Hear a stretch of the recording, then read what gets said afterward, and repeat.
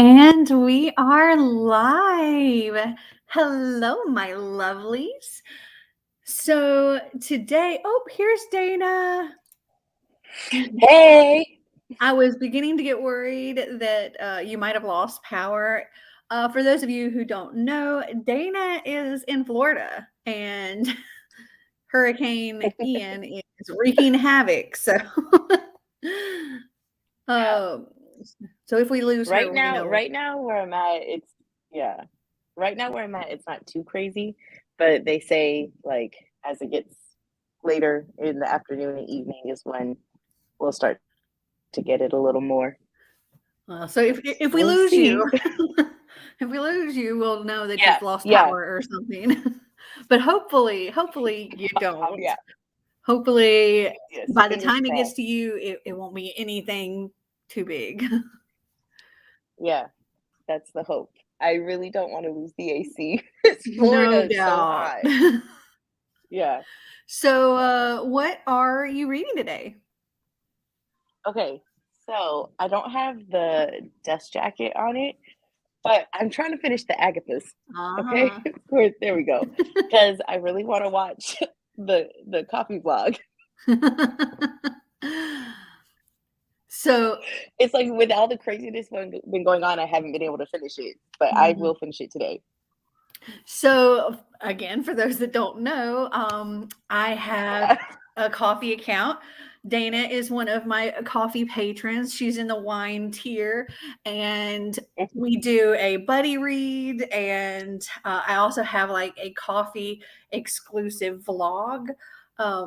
That's for like my coffee and wine tiers, and they got to vote on like what kind of Mhm. vlog I did. So they wanted me to vlog me reading the buddy read, which is the very first thing I read this month, and that was an interesting time. And yeah, I've posted that for them already, and so she's anxiously. It's funny too because we have a chat, and I'm like getting to see everything that she's saying about it after I've already read it, and it's Oh good yeah. time. The book. I'm late to the game. I'm late to the game. I think I'm the last one reading it. And we haven't you split it up I think in 4 sections. And after I read that first section, I didn't think I had that much to say. And then it just was like a bazillion messages that I sent because I was like, and another thing, and another thing. Yeah, And I couldn't stop. that's very much how I was feeling I could not stop. reading it. I was like, really? Yeah. Yeah. And I think one of the things too is like if you read a lot of like adult mystery thrillers, like this one is definitely not, which we knew that going in. We knew it was YA, but I think I made the comment that was like part of it just reads so Very young cheesy. that it almost feels like, yeah, there's parts of it that almost feel very middle grade in certain aspects, Uh-huh. you know. But then I mean, I guess it plays into some of the characters. I don't know, but some of it I'm just like Yeah. staring at it suspiciously. So the book that I'm currently working on, and I'm Mhm. halfway through it. Audiobooks are my friend right now because life is crazy. But I am currently Yeah. listening to Mirage by Samaya Dodd. That was actually, I'm sure it's going to count towards something in my electives, Uh-huh. but it's also for Bookopolython. It's for the one with patterns. So I'm listening to Mhm. that, and but right now I'm Are mostly, you liking it? Because well, in the are you beginning. liking it? Because I've seen that cover so many times, and I was like, the cover's so pretty, and it almost draws me in based off the cover, and I don't know anything about it. Well, in the first little bit, I was like, I don't know if I like it. I wasn't really feeling it.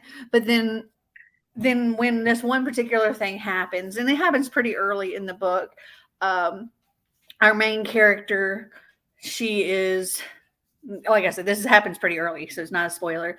She is kind of Mhm. kidnapped and taken to this palace where, because she looks just like the princess, and they want to use her as Okay. like a double. And at that point, Mm. things become much more interesting, and I start enjoying it a lot more. Okay. So far I'm liking it. Okay. Okay. But yeah, in that first like 7% maybe, not even that.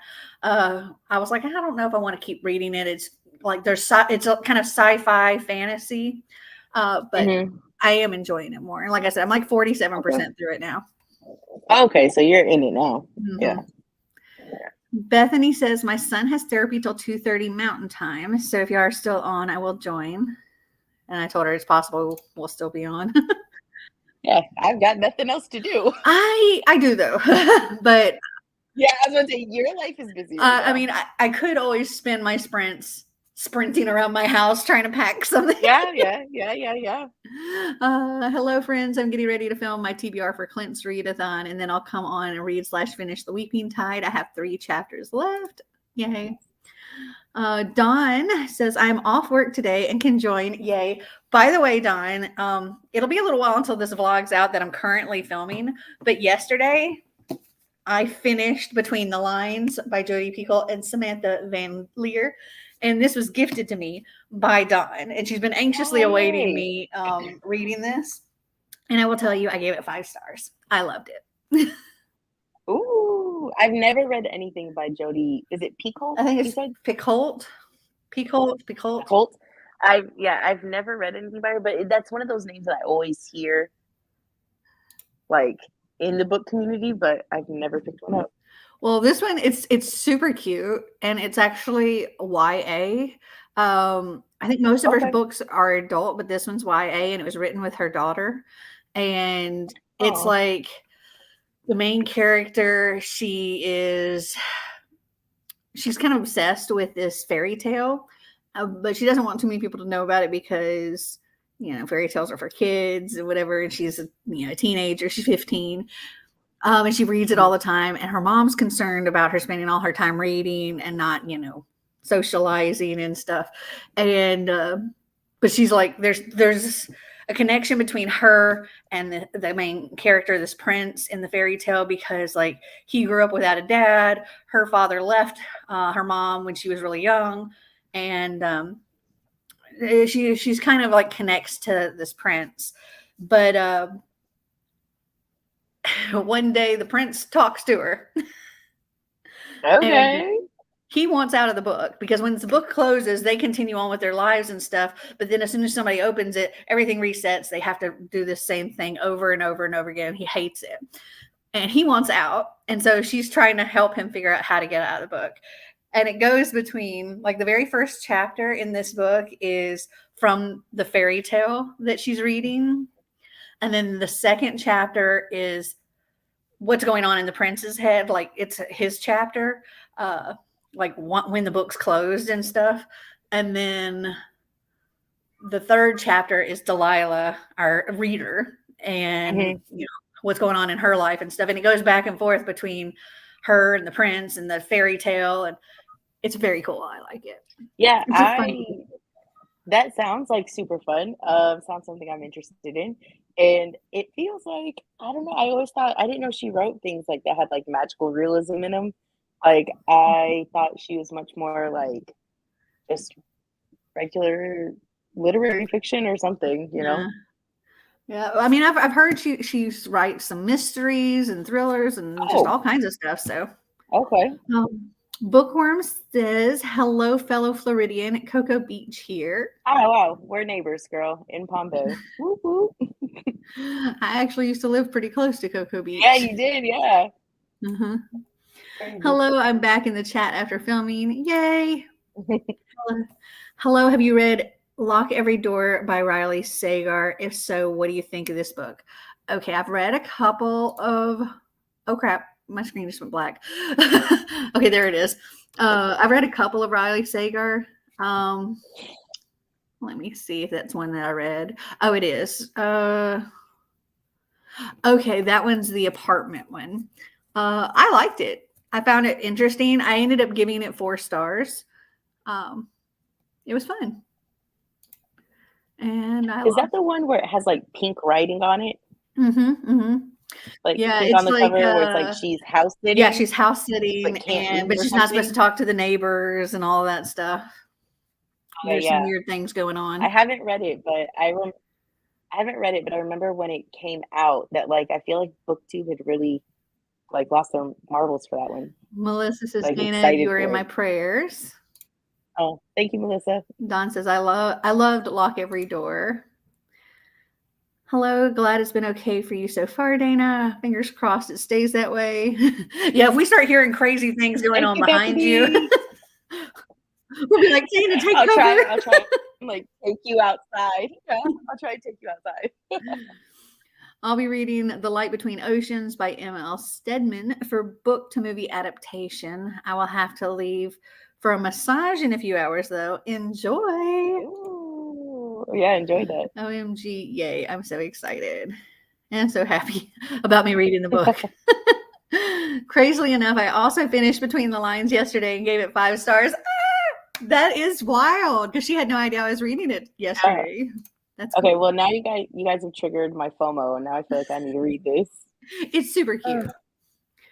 Hey, how are y'all? I'm doing good. I'm doing good. Dana's doing good right now, though she's sitting there waiting for a hurricane to arrive.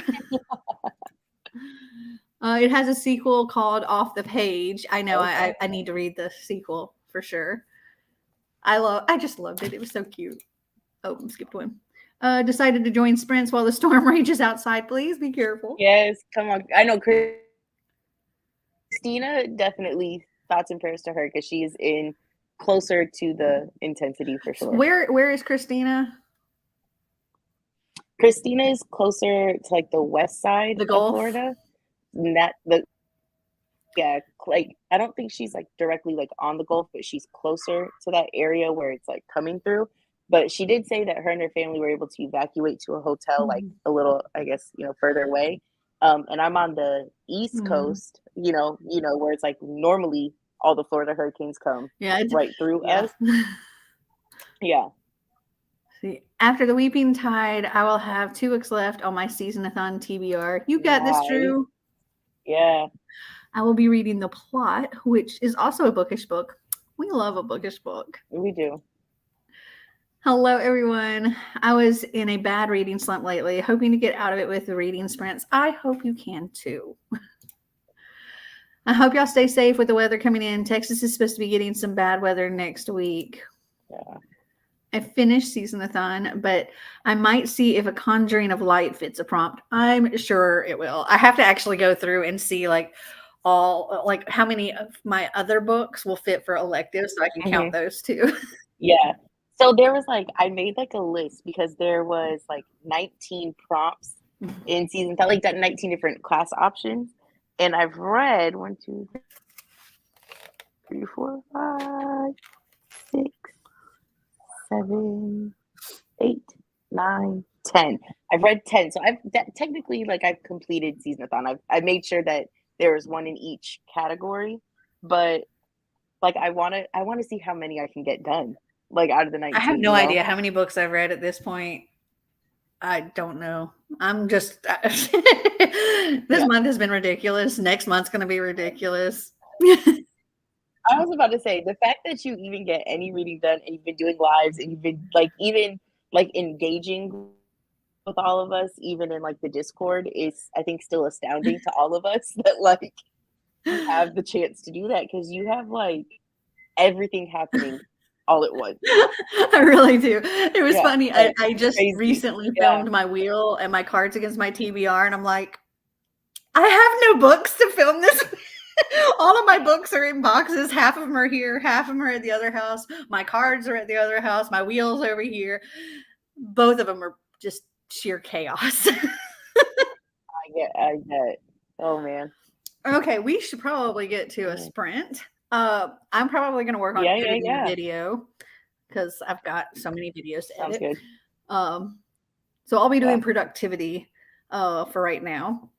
Yeah. And I got to get my time. I'm going to read, but I am going to move to.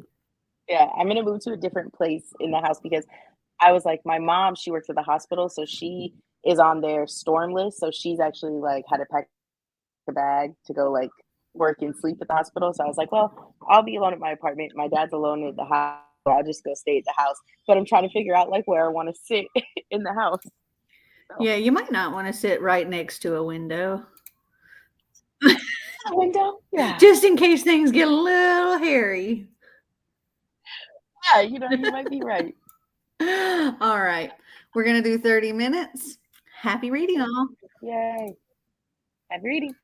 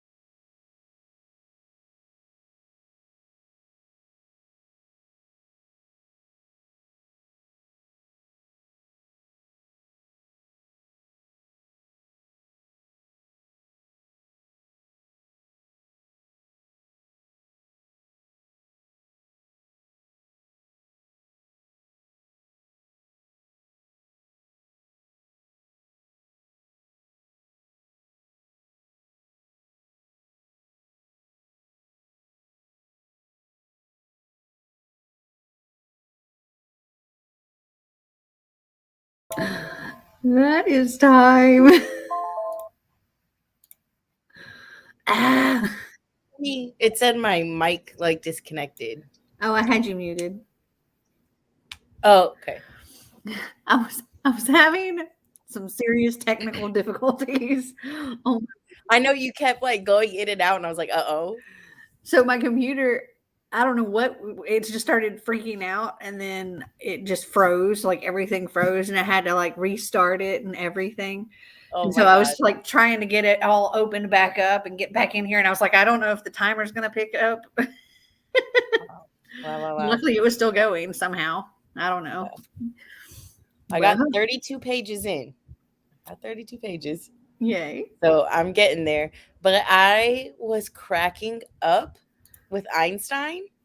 Oh When I saw that message, I was like, oh my God. I was cracking up. He stays right here under my desk, and he farts in his sleep. And it's just like funnels right up to my face. I'm like, what? And so I have this thing, and I'm started fanning him, and I'd stop for a second. I'm like, oh no, it's still there. That's funny. Ooh. That's funny. I was like, you need to go to the bathroom. Hi there. I'm not in any readathons, but was looking for some sprints and found y'all. I'm reading Heaven by Maiko Kawakami. Read 50 pages. Oh, way to go. Nice. 20 pages. 14. Hubby kept interrupting me with news updates. Oh, yeah. I saw that it's now a category 4. It's gone down. So, yeah, that's a plus. That's a plus. Or a minus. Yeah, right. It's a good thing. There we go. Mm-hmm. Oh me. I'm like a third of the way through my video. Okay. That's good. Yeah, the next sprint I'm gonna have to find some music for a montage that I just put together. Nice. This the one I'm editing right now is going to be like heavy on the montages because oh my god, Einstein. This is like the third time he's done this. He just sleeping right through it. He's like, I'm so comfortable. It's so bad. That's so funny. I read 42 pages in The Book Thief. I like that book. I've never read that book. It's good. Yeah, I mean, if you like World War II historical kind of things, then yeah, that's a good one. I feel like all the things that like people have read, I'm always like the last person to get there. Like, ugh. I read 101 manga. Cool. 70% into the audiobook for the Guinevere Deception. For the prompt, read a book based on Arthurian legend. This will be my 16th book for the Readathon. Wow. Bethany, you're killing it. Also, how are you liking the Guinevere Deception? Because I really enjoyed that. I almost bought that for that prompt, but then I remember I had like found Avalon High by Meg Cabot on my shelf, and I was like, you know what, I'm going to do that. But that was the one that I was this close to buying because I was like, it looked good. I enjoyed it a lot. Yeah. I listened to 2 chapters of Crave. I have that as well. I need to read. I read The Book Thief with my son when he was in high school. I finished The Weeping Tide, 4 stars. Yay! Congratulations. And that's like the sequel to oh gosh, what's it called? The Amanda Foodie book we have for our last SeasonAthon. Not our last one, the one before that. Mm-hmm. That middle grade book she wrote. Drew, what's the name of the first book? I'm drawing a blank. Hello, Yarn Reader. Hello. Welcome. Oh my goodness. This boy. Yeah, The Accidental Apprentice. Okay. That's what it was. And that's super, super cute. I very much enjoyed that. I just got one of her other books, All of Us Are Villains, I think. So yeah. I just recently got the sequel to that, even though I haven't read the first one. But I'm really interested. Yeah, it's okay. I just bought like I had I think it's by Maureen Johnson, Truly Devious. Mm-hmm. I've had the first book sitting on my shelf, I think close to when it had come out, maybe, or when the second book came out. I was like, I'm gonna read this. Bought the first one, never read it. But I told myself I needed to buy the rest of the series. So I just bought the rest of the series because I was like, yeah, I'll read this in October. Well, Like, I will tell you, I've read the first one. I haven't read any more, but I very much enjoyed the first one. yeah, it's like I just always heard so many good things. I would say it is definitely, as far as more well written than the Agathas. Okay. Good. Ace of Spades. Oh, never mind. Book 3 comes out February. Wow, I can't believe it's that quick. And she is just. I was saying she was ready. Wow. I really enjoyed it. I was worried going into it because I've heard a lot of bad reviews, but I'm finding it fantastic. Yeah, see, that was me. I didn't pay attention to any reviews on that, and I loved it. I thought it was great. I haven't necessarily been a fan of some of her other work, but that one I very much did enjoy. She also did, there's a Buffy one she did, and I was so excited for it. Slayer. And didn't hit the mark. I mean, I'm a huge Buffy fan. Like original Buffy, you don't got to go and change a whole lot of stuff, Buffy. And that's where I struggle with things too. When it's like such a well-known universe that a writer is entering, it's like we already loved it the way it is. Like, yeah, I mean, some things like I'm really excited to try out Into Every Generation by Kendar Blake, because it's not rewriting Buffy. It's not changing the world. It's continuing it in a way. And it's like Willow's got a kid and this is Willow's kid. Okay, cool. And so I'm like, okay, I can get down with that. Yeah. And like for example, these Back to the Future graphic novels, I freaking love them. I think they're amazing. They're actually written by the people that wrote the movies. Okay, see, then that's great. And they didn't change anything at all. What they're doing is they're filling in little gaps. Like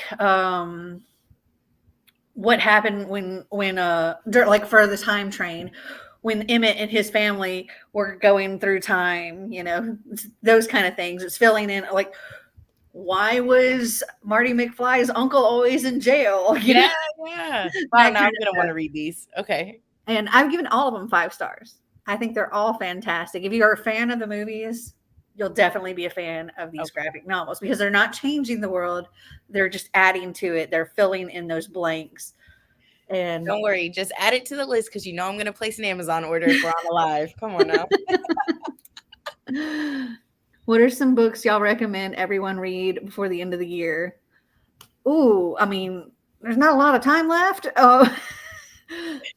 Books that I highly recommend, Death Prefers Blondes. If you haven't read it, it's freaking fantastic. I love it. That's by Caleb Rohrig, which was one of our SeasonAthon books in the past.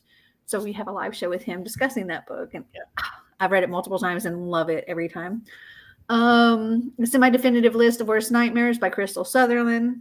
Also one I've gotten people to read for SeasonAthon. And we had a live show with that author. Fantastic. My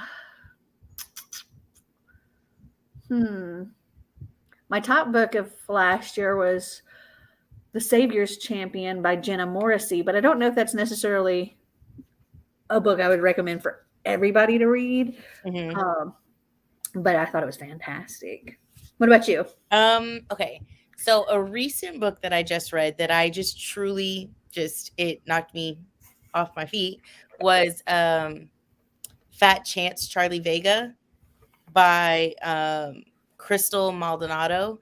It's YA, but it's so good, and it's so strong on like body positivity and like challenging yourself of just being like that at that place that I know I slip into, that I'm sure a lot of people do too, is like where we say we're body positive, and it's like, yeah, like be confident in who you are, but then when it comes to ourselves, like we struggle so hard. But Girl, have you read Spoiler Alert? Huh? Have you read Spoiler Alert? That's next. Right, I have to read A Flicker in the Dark and Spoiler Alert. And it's like I've really, as a bigger girl myself, I've really been getting into like plus size main character books, just because I think it kind of just challenges me a little more into try and work out some own things in my head, and Charlie Vega really did that in that book, where it's like, she wants to be somebody who's body positive for everybody else except herself, That is very much a theme in Spoiler Alert. Well, I'm gonna love it. She's all about, she's trying to be confident and, express that and stuff, but she's not with herself. No. And she's trying to be more confident, but is struggling with it. Yeah. Okay. So then the other one that I would recommend, since we are getting within, the seasons of the spook and then the holiday cheer, right? Why not mix it together? If you like thrillers, I recommend like 10 out of 10. It's called No Exit by Taylor Adams. I have that. It's set in Christmas. And so just like a little synopsis of it, not, giving anything away. Hulu made a movie about it, and the movie was not terrible, but as usual, the book was better. But this girl, she's coming home from college. It's Christmas break. It's like a snowstorm, but her mom is sick. So she's trying to, rush back home. And the snowstorm, it's happening, it's bad. So she has to pull off into a rest stop. And, the rest stop's not nice, but she has to go there. Nobody else can drive. So she's in there with like a few other people, and nobody's got service, like that age old thing. Like, it's a thriller already. Nobody's got service. Nobody can call your stuff, blah, blah, blah. But she goes outside. She's trying to get reception. She looks over and she sees a child in a cage in the back of a van. And so she realizes like somebody in this rest stop has a child freezing in the back of their van. And so chaos ensues, and it's so good. So good. So I just looked it up to see, because I was like, do I have that book? Because I thought I did, but I don't. But I saw on Goodreads, it has a 4.03 rating with 107,399 ratings. So that's definitely one I need to check out. So good. Recommend. I love the Truly Devious series. Can't wait for book 5. Melanie, have you watched Buffy the Vampire Slayer movie with Luke Perry? It was before the TV show. Yes. She's like, of course. Of course. Also, one of my favorite scenes from that movie is such a cheesy scene, and that is Pee Wee Herman is in that as one of the vampires, and he has this absolutely ridiculous death scene. I think it's in the stairwell, and he's like, I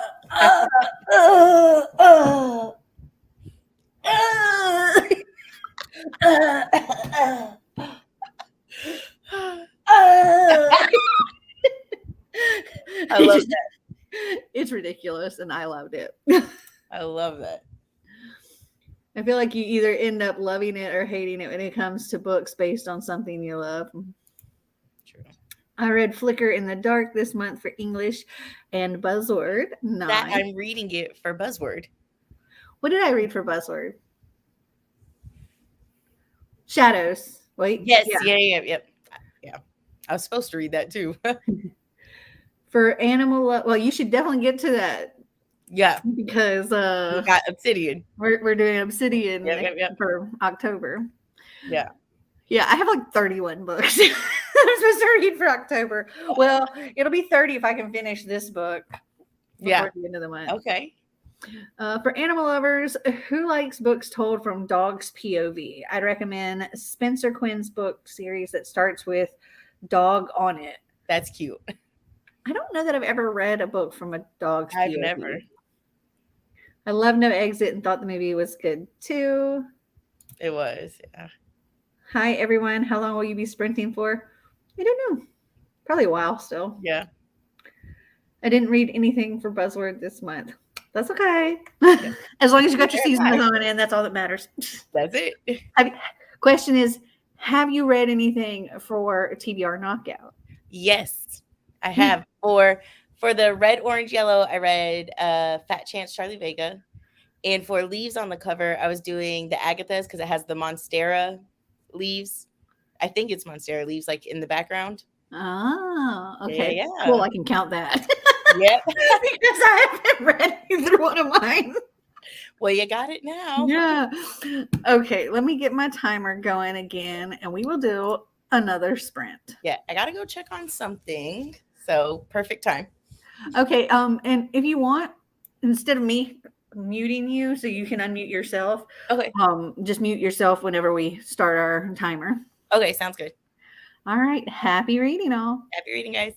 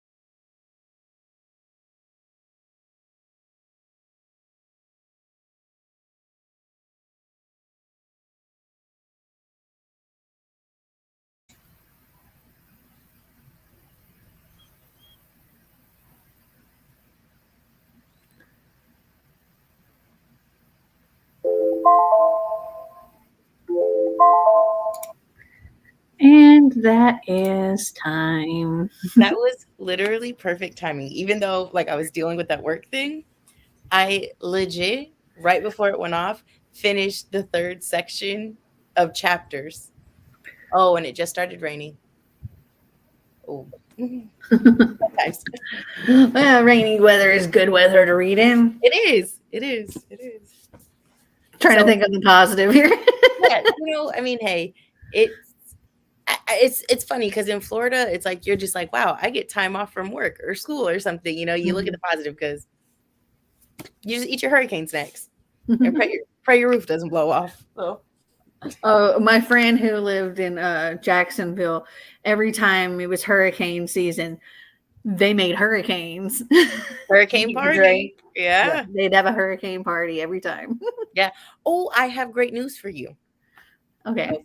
So TBR knockout, right? So for Leaves on the Cover, you read the Agathas. Mm-hmm. And for Orange and Yellow or Red on the Cover, spoiler alert. Red spoiler alert. Yay. Congratulations, you completed your own monthly challenge. Yeah, I was like, I'm gonna have to still read the. I mean, I'm still gonna have to read those books anyway because you'll see whenever you see my videos. But there was things that weren't read, and I didn't have my books, so I was like, well, I'm rolling that over because I can't undo it. And I love it. There was chaos. I can only imagine. I think The Call of the Wild was from a dog's POV. I think it's been a while. I don't know if I've ever read that one. I have not. Buzzword was like light and dark, I believe. Yeah. Or something that was like words related to light and dark. So I'd read Shadows by Jennifer L. Armentrout. I don't know. Are you asking like what? Like, is it in general? It's from what, Books and Lala, right? Yeah, Books and Lala. She does like a year-long reading challenge kind of thing. Like and TBR like TBR Knockout. Yeah. Though she only has like one thing for each month. And for September, it's light or dark. For October, it was creatures or animals, I think, because I just looked at it yesterday. Yeah, creatures or animals in the title. And I made that. I had to add a book that I don't own. But it covered my buzzword and one of my TBR knockout prompts. So well, here, if you bought it before October 1st, I haven't bought it. I'm listening to it. Like I'm just gonna listen to. I think I found it on Libby from my library, and it's a nonfiction. It's The Last Black Unicorn by Tiffany Haddish. It's like her memoir. God, I want to read that. And so I've got Black, which was one of the prompts for TBR Knockout, and then Unicorn for Buzzword. That's perfect. Okay, maybe I'll get that book too, or listen to it. Yeah, I completed TBR Knockout. Yay! Hey, what did you read, Dawn? For those. Oh, I think Dawn's left us, but she'll probably be back. I see it in a later message. I used Flash Fire for Red, Orange, and Yellow, and then this Poison Heart for Leaves. Yay! Nice. Hello, Angelica. Please tell me this isn't the last sprint. It definitely isn't. No. It's only the second sprint we've done, so we'll be here a while. Yeah. I'm currently doing productivity sprints, and I'm not quite halfway in my video editing, so I've got a while still. And then Dawn said she's going to go get food, and she'll see us later. Melissa read 57 pages. You are crushing it, Melissa. Holy smokes. 24 pages read. Nice. The pictures from Punta Gorda are terrible. From the hurricane, yeah. It's sad, yeah. 5% of my book. Read 20 pages for Home Field Advantage. Got 15 pages into my book. Reading the Gilded Ones for extra credit. You remember, I think it was like Hurricane Matthew a couple of years ago, and it wrecked the Keys. Yeah. So I was down there. So I drove my through it. So typically in September, most of the time, we didn't do it this year, but typically in September, my mom and I will drive down to Key Largo and go scuba diving. Oh, nice. And so we went down. This was during Matthew. So we're in Key Largo and it's wrecking the wet Keys, like Key West and stuff. Mhm. And then we had a day that we were supposed to go to Key West to do a dive there. And it was the day it was leaving Key West. So we actually had to drive through the hurricane to get to Key West. On the And bridge? then we went scuba diving. Stop But it. one thing though I can tell you about scuba diving immediately following a hurricane Mhm. is the water is freaking fantastic Really? because the hurricane cleans it all Cleans up. it out, yeah. And so it's so nice. Nice. And You know- it's wild because like, yeah, there was like, it totally wrecked buildings and stuff. Like I have a vlog from back then, and you just see like the piles of stuff that like from houses and stuff that were just piled up, like mountains of Mhm. stuff on the side of the roads. But like you get down all the way to the water and everything just looks like perfectly serene. Yeah. Not knowing that, you know, half an hour up the road it's still wreaking havoc. We were just like, well, we're gonna leave Key Largo and go through the hurricane to get down to Key West where it's gonna be fine. And hopefully the hotel's still there when we get back. Nice. Because it Nice. was going to be just, we were just going down for the day and we were coming back the next day. That's crazy. Yeah, that was a bad one.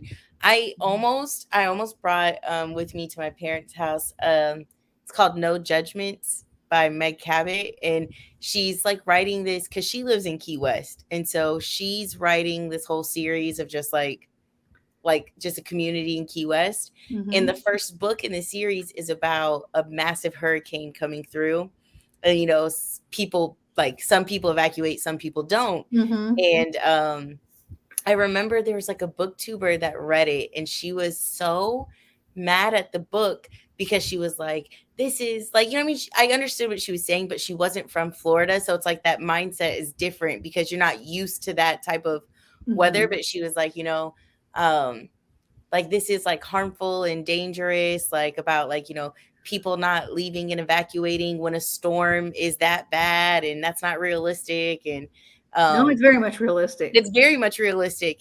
And that's the thing. It's like in Florida, it's like, you know, there's moments where you like get kind of scared and you have like a little fear, but you're not in fear the entirety of Mhm. the hurricane generally. Mhm. You know, and then part of the book though was how people had left some people evacuate and leave their animals.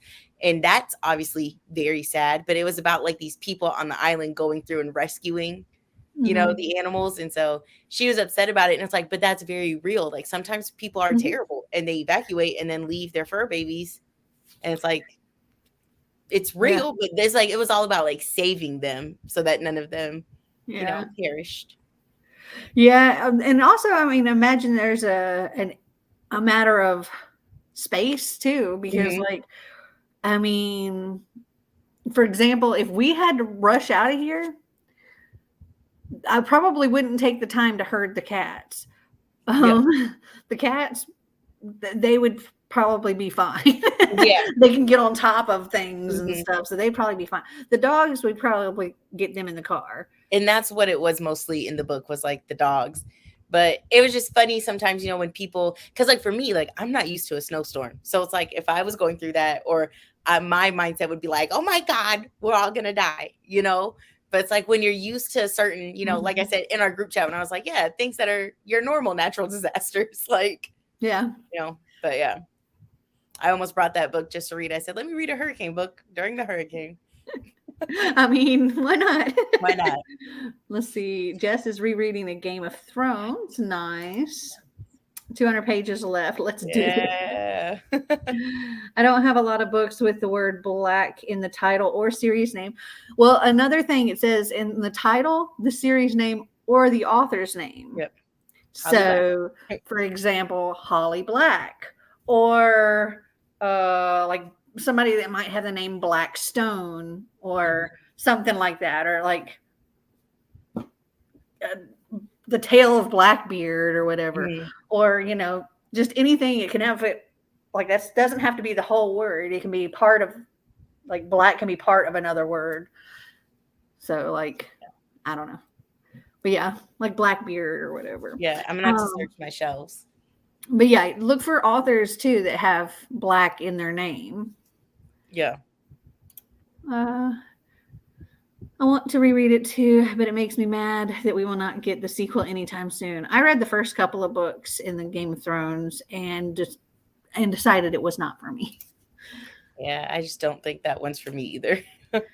At least there's 4 more to occupy us, but I feel the same about the 6th book. It makes me just sad. Storm heading into Polk County, where I am. A long night ahead. Prayers, Christina. I'm wishing you the best. For real. Living on the edge, Mel. Yeah, a little bit. Oh, good. I thought I missed it. I'm reading The It Girl by Ruth Ware for Kayla's book club. I'm 100 pages in, and it's meh. Oh, sorry, it's meh. That sucks. I've heard like Ruth Ware's hit or miss. Yeah. Did she write? Is she who wrote the girl in Cabin 10 or something like that? I think so. I read that, and that also was very meh to me. Yeah. I lived through Hurricane Michael. Was it Michael or Matthew? I thought it was Matthew. Oh, which was 5. I have PTSD from it, so I was panicking when it was showing a path toward us. I understand. Yeah. Very understandable. Kirsten White is the author from the Guinevere Deception. With hurricane, you can prepare to be safe usually. I find tornadoes and earthquakes to be scary. Yeah. We've actually recently had a couple of earthquakes here, which is just bizarre. Whoa. Yeah. Wow. I'm like, literally here, just right here. And I'm like, I asked Marty, because he was at work one of the days, or maybe he was on his way to work. I was like, did you feel the earthquake? And he was like, there was an earthquake? Like, what? That's funny. I do have one Holly Black book unread. Well, there you go. Perfect. Granted, tornadoes do come with hurricanes. Yeah. I'm doing Blacktop Wasteland by S.A. Cosby. There you go. See? Perfect. Let me take a look at my books on my Goodreads. Same. Tornadoes scare me. Yeah, tornadoes are very scary. That's what freaks me out is the tornadoes. Yeah, like earthquakes are just like, at least my experience in earthquakes haven't been that bad.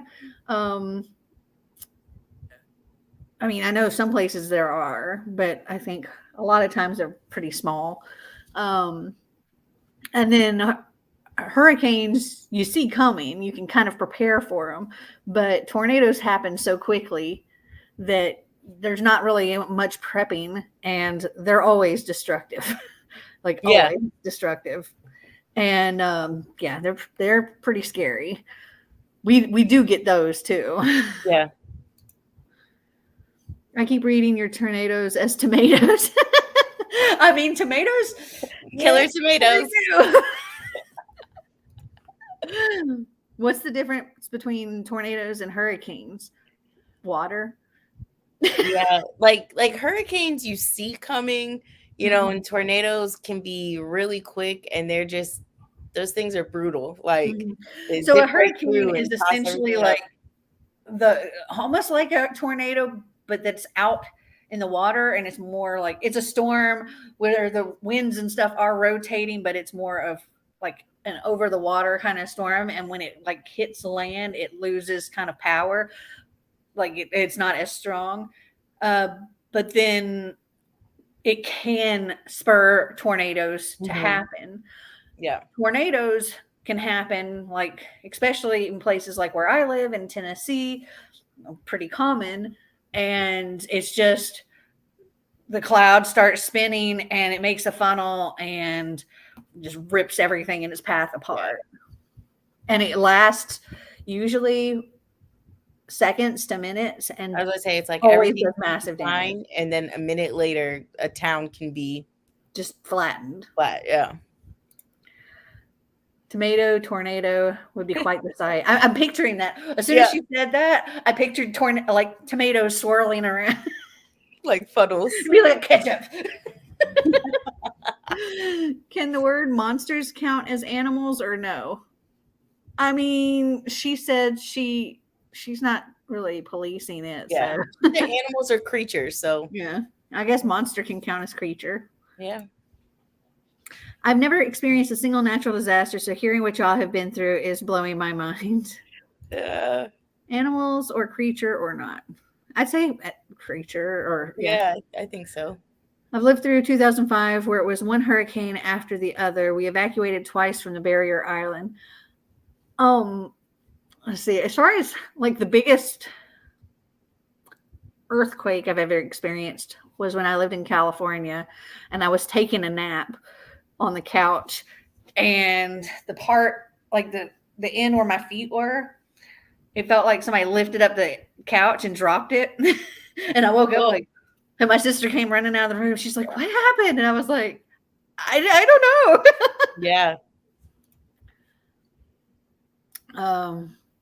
I remember, I remember when I was little, like a little kid, and we were in St. Louis, Missouri, and there were tornadoes popping up all over the place and we were inside the ark, the big ark, and that thing is held together by pressure. And when the tornadoes were coming, like it sways. And I don't like that. Yeah, so there's like this elevator thing that takes you up to the top, and it's just like this little cable thing, and like you see out, and so it's like really rickety looking. Mm-hmm. And so you're riding this thing and it's swaying, taking you up to the top, and then you're up in the top and there's windows up there and you could see the tornadoes and stuff. No, thank you. That 2005, I thought it was 2004, 2005, but we had I think it was 3 hurricanes back to back. And I remember I was in high school and I had a month off of school. We had to make up days, but we had basically a month where we were never in school because it was just back to back to back. Wow. Hi, I'm riding our Hurricane Ian too. I'm in the northeastern coast of Florida. We are just projected to have tropical storm force winds and conditions tomorrow and Friday, the wind and rain. Good luck to you. Yeah. I can finally read the ghost we keep for buzzword. Yeah, ghost is a creature, I'd say. I think so, yeah. Already started this morning. Yeah, that was a crazy year. I never experienced any of those. They sound terrifying. We do have earthquakes, though. Those sound scary, too, to me, because I've never been through them. I don't know. I've been through a few now. And, I mean, granted, I've never been through a severe one. But I've been through one enough to feel. And it was fine. Okay. It wasn't a big deal. Tornadoes are, to me, those are those big deals. To me, those are top tier. Yeah. Now, if I live somewhere like Seattle or something and their volcano like Everest starts doing some things, I would probably freak out. Yeah. Same. But the only natural disaster I've ever been in was a 7.5 earthquake. That seems pretty severe. I was about to say that seems intense. Yeah, I think the one we had here was a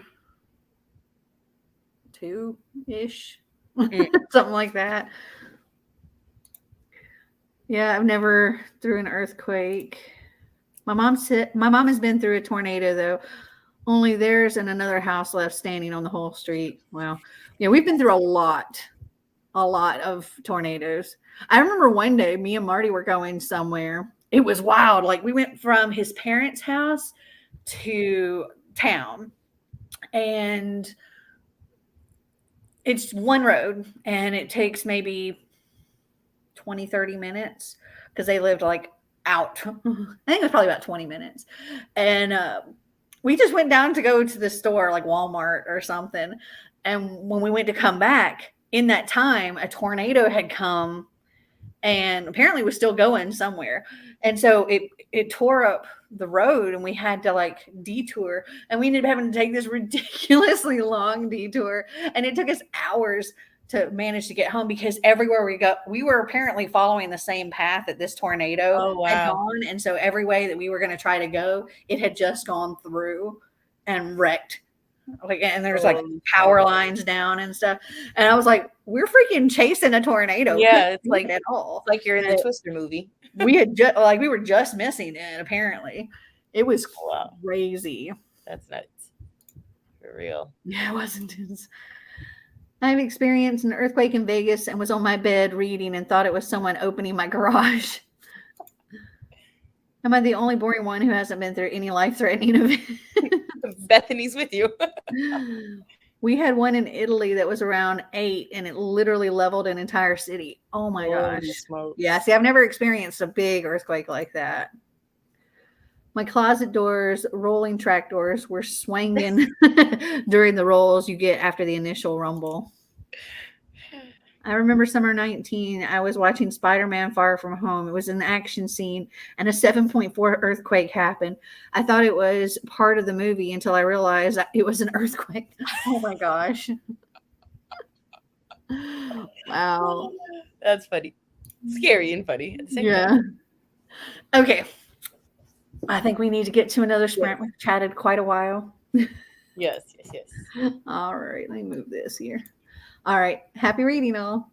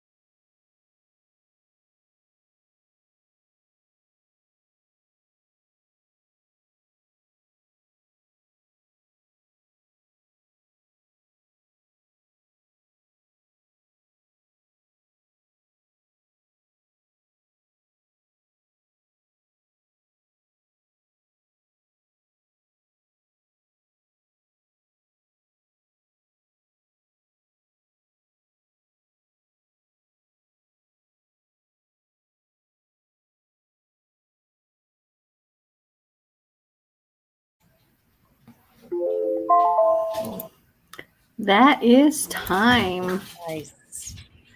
The timer went off, and I was like, "Oh." Did you get a lot of editing done? I got past the halfway point. Okay.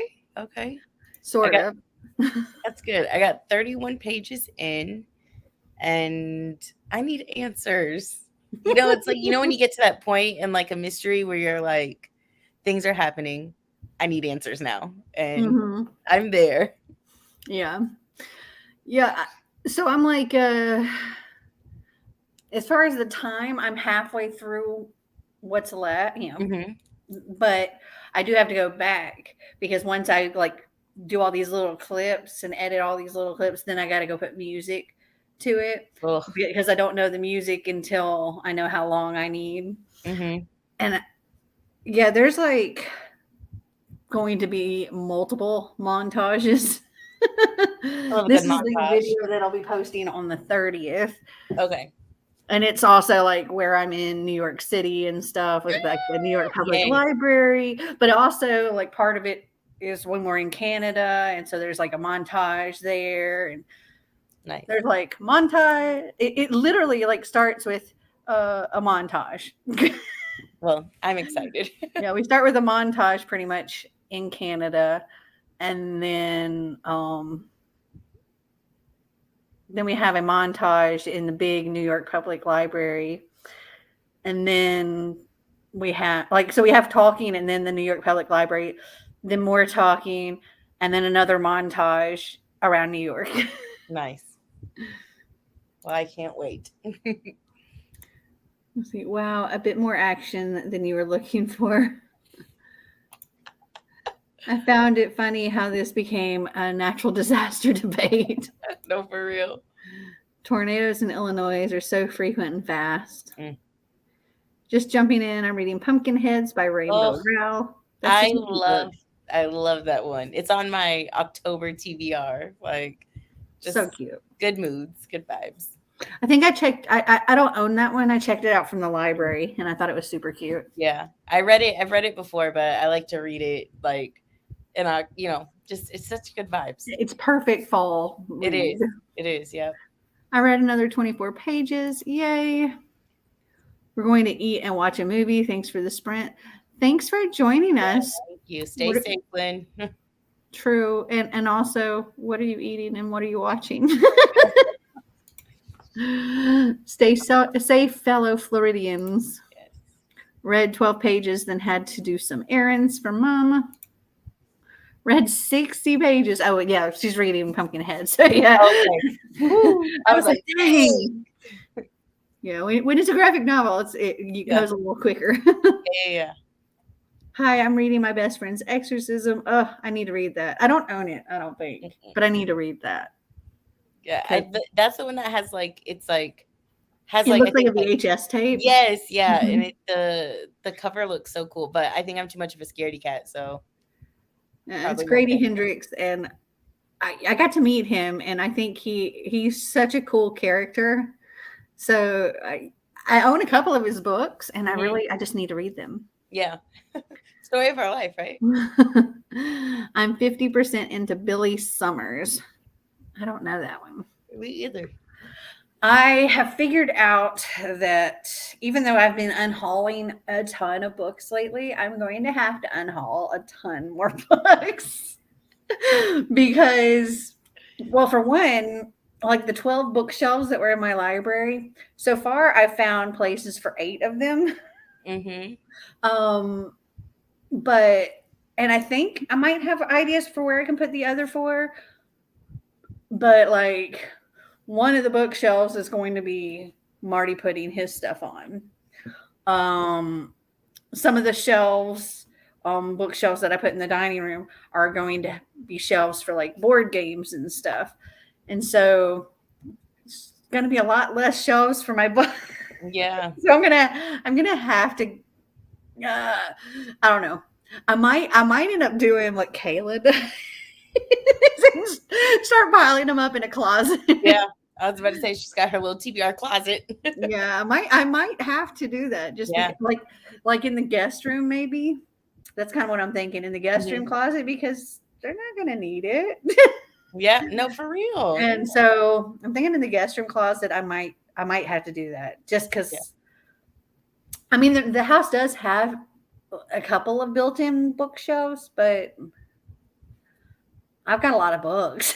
Yeah, I was about to say, it's like, that is a lot in there. It's by Stephen King. I think I actually have heard that, now that I think about it. Has anybody like tried the newest Stephen King book called Fairy Tale? Ooh. I just recently got it. It was one I pre-ordered, and I just thought it sounded really, really interesting. Let me look I have found I'm not like the biggest when it comes to Stephen King. Like, I like Stephen King movies. I found more than I like his books. Okay. But this one just sounded, I don't know. I thought it sounded good. Yeah. Like, the main thing here is, like, I'm looking at it on Goodreads. Legendary storyteller Stephen King goes deep into the well of his imagination in this spellbinding novel about a 17-year-old boy who inherits the keys to a parallel world where good and evil are at war, and the stakes could not be higher for their world or ours. And I mean, that sounds so good. Yeah. Like, I can see you definitely getting into that one. And right now it has like a 4.38 rating Yeah. on Goodreads. I just pulled it up and I was like, dang, okay. And let's see what the rest of it says. Charlie Reed looks like a regular high school kid, great at baseball and football, a decent student, but he carries a heavy load. His mom was killed in a hit-and-run accident when he was 10, and grief drove his dad to drink.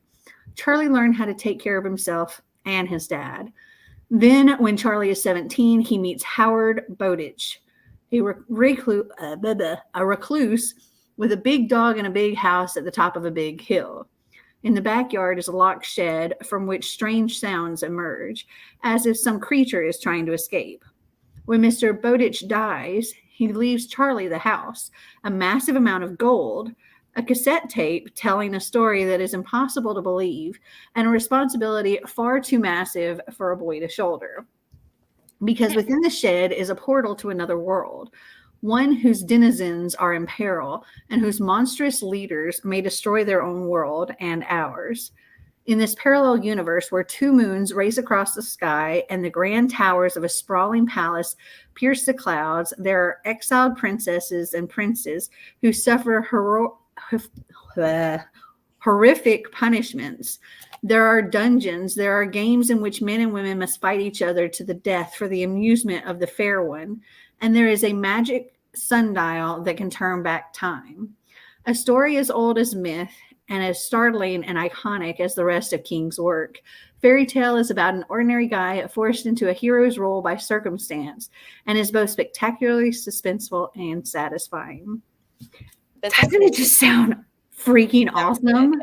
You really had me for real when it was like a portal. Like, I love the idea of portal fantasies. Mm-hmm. Like, yeah. Yeah, see, to me, that doesn't sound like a lot of Stephen King stuff. I don't know. Yeah, no. It sounded different. It sounded fun. It sounded like high stakes, but still fun. And see, and that's the thing. Like, I feel like Stephen King books are just probably like too scary for me, but that feels like one that I could read, because I do like some spook, but not like too spook, you know? But well, I don't know. Like, I haven't found. Okay, actually, I'll take it back. I did read the Green Mile series now it's like one book, but it was like a series of small books. I read those when I was younger and freaking loved them. I thought they were fantastic. But I've also read, part of it and didn't care for it at all. See, I don't like clowns. It's not spooky to me. Okay. And Xander was totally interested, and he went through like half of it and he was like, this is so incredibly boring. Wow. And there's a lot of like, ready to read this. There's a lot of like racist comments and stuff. And that's something I've heard too. A lot of vulgar kind of things in there. And yeah. So it's not, I don't know. That one's not great. Pet Cemetery I own. I haven't read, but I've watched the movie and I love the movie. Okay. So that one might be a little spooky, I think, but it's hard to tell.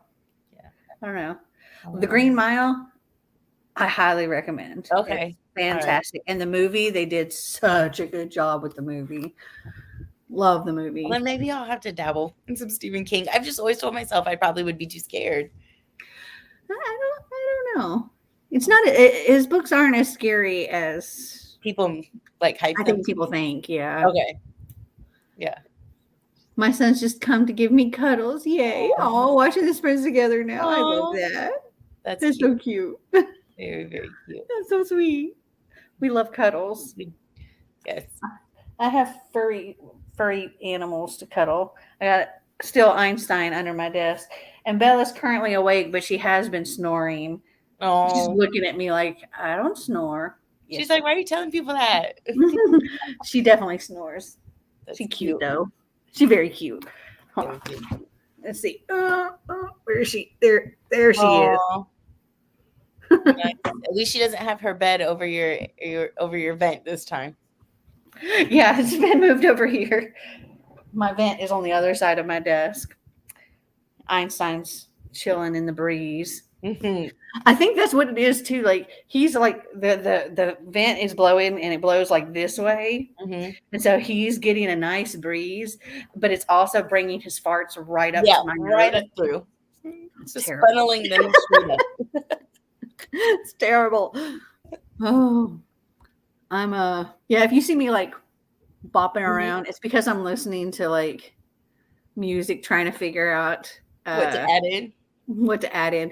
And then I like once I'm like, okay, I think this will work, and I'll go and put it in the video, and then I'll have to watch through it with the sound, like with the music, and see if it like if everything flows right, if it has the right vibe to it. That takes a little while, and I listen to it a lot. It's like trial and error. You got to keep going until you find the right one. Mm-hmm. Yeah. One of my what is it? I just lost the word. Montages. One of them is like 7 minutes long. Okay. Something like that. From let's see, that's 14. Where did it start? And I had to actually do 2 songs. No, not 7 minutes long. It's like 5 minutes long. But still, that's a long. Yeah. I'm really so excited to see this video. Oh, wait, how long is this one? This one is 7. That one. Okay, the very first one is 7 minutes. And it's also 2 songs. Nice. I had to do 2 songs on both of them because they're so long. Yeah. It's a heavy montage video. There's like this much talking and this much video. Like when I put everything in, it was like an hour and something long, like an hour and 20 minutes. Now I've gotten it down to like 32 minutes, but I might get a little shorter. A lot. Yeah. Might get a little bit shorter because I'm at the like 18-minute point right now in the editing process. So it might might go under 30 minutes. But I actually split it up because this one was going to be one video, the one that's posting the day before and this one. But when I put the footage in, it was ridiculously long. Excuse me. And so it was like this part was like an hour and 20 minutes and the other part was like 50 minutes. And I was like, yeah, let me go ahead and split this in half. And so by the time I ended up editing the one that was like 50 minutes, it was down to like 20 or something like that. Just because I only take little clips of things that I was like montaging. I have I take a lot of B-roll. I love that. I love that for you. I love that for us. I love B-roll. I watch a lot of Disney vlogs, even though like I live right next to it, like an hour away. But I love just people's like B-roll through the parks. Yeah. Yeah, I mean, me personally, I don't feel like you have to talk the whole time. I don't think so either. Yeah. Show what you're seeing. Yeah. Okay. Let me put this back on here and get some more sprints in. I know. I'm excited because even though this is not a 5-star read, I'm enjoying it so much. Yeah, that was Yeah. me. I ended up giving it 4 stars. I thought it was I thought it was kind of terrible, but also kind of great. Yeah, that's where I'm at. I'm definitely not a 5, but I'm definitely not a 3. Like I think I'm a solid 4 right now so far with it, because although there are things that I'm just like, why? I'm also still just like, I can't wait to see what else you do. Like I know. I was just like, it's so ridiculous, but I'm having a great time. exactly. I think the ridiculousness of the situation is it just adds to the intrigue, you know? So All right. Happy reading all.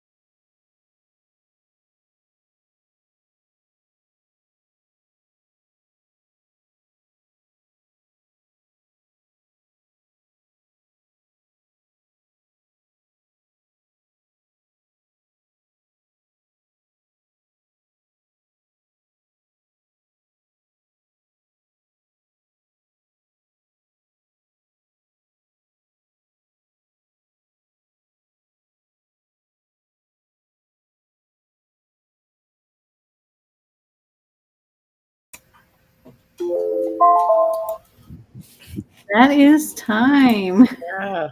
Okay. Things are happening in this book. Wow. She's getting OMG moments. Yes. Yeah.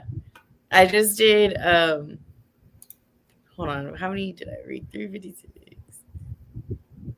Like 33 pages of shock. It was like 33 pages of shock. Yep, that sounds about right. Wow. I can't wait. Let's see. So as far as my video goes, I'm officially over the halfway point. Yeah. I've gotten my music and edits all the way through about 18 and a half minutes. And I've gotten the video down to about 25 minutes. Nice. Unofficially, I'm at the about 19 and a half minute mark because I've done edits up to that point, but I haven't the music because it's a montage followed by a montage.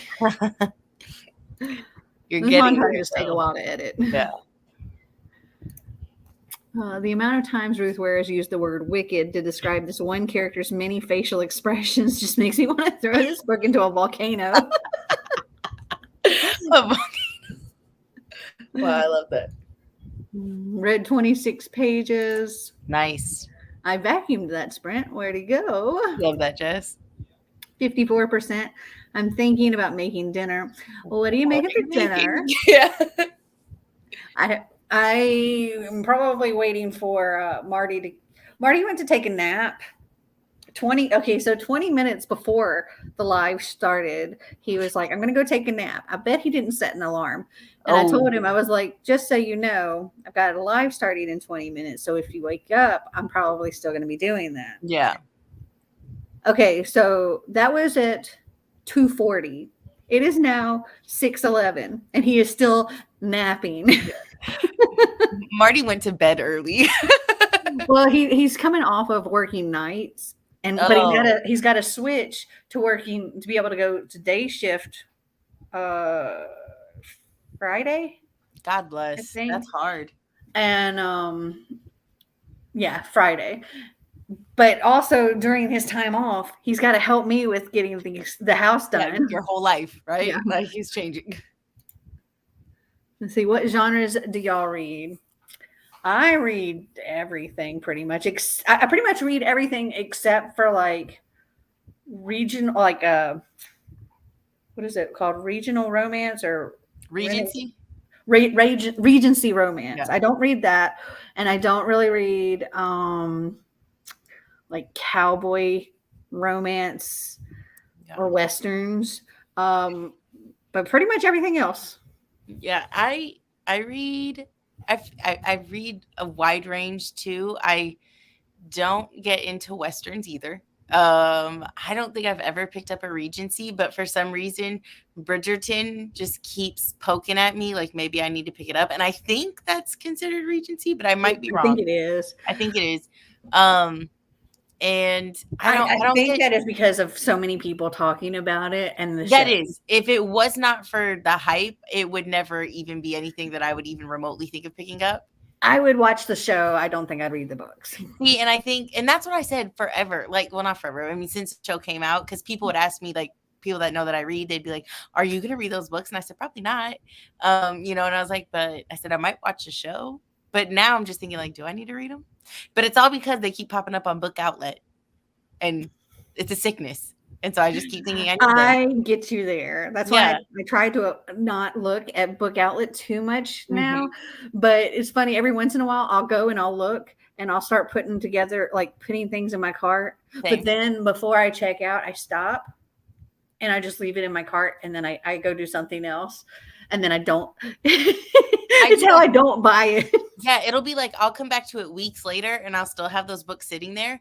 But I placed like those 2 orders like back to back a couple weeks ago, and I've got books in the cart again, and I'm just like, why am I doing this to myself? Oh, I still have books in my cart too. But the thing is, like, now if I come across a book and I'm like, oh, that I need that book, and it's not going to stay, it's not one that's going to stay on their shelves. Yeah.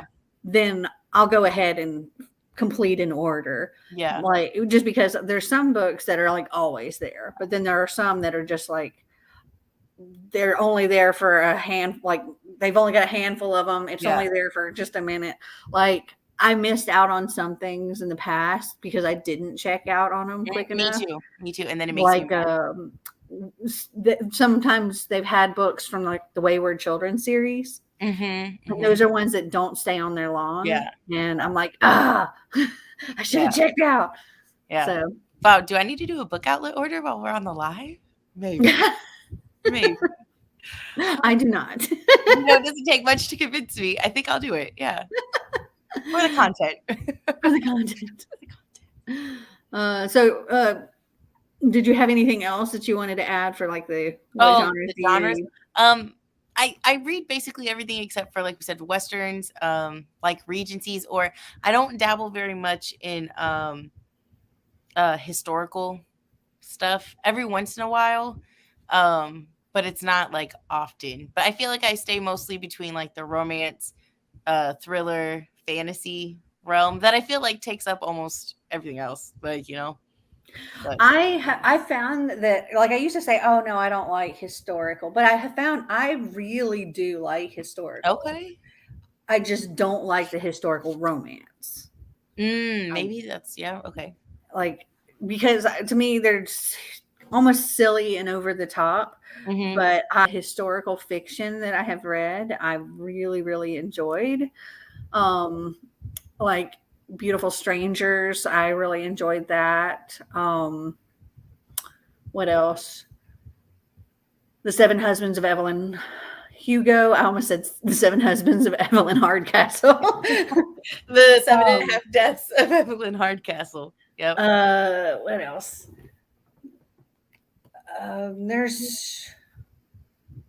There's a lot of Once Upon a Book Club boxes that are like the adult ones. They do a lot of historical fictions in those, and a lot of times I've really, really enjoyed them. Yeah. Except for this last one that I read, which was like Sisters of the Resistance. I didn't really care for the writing too much.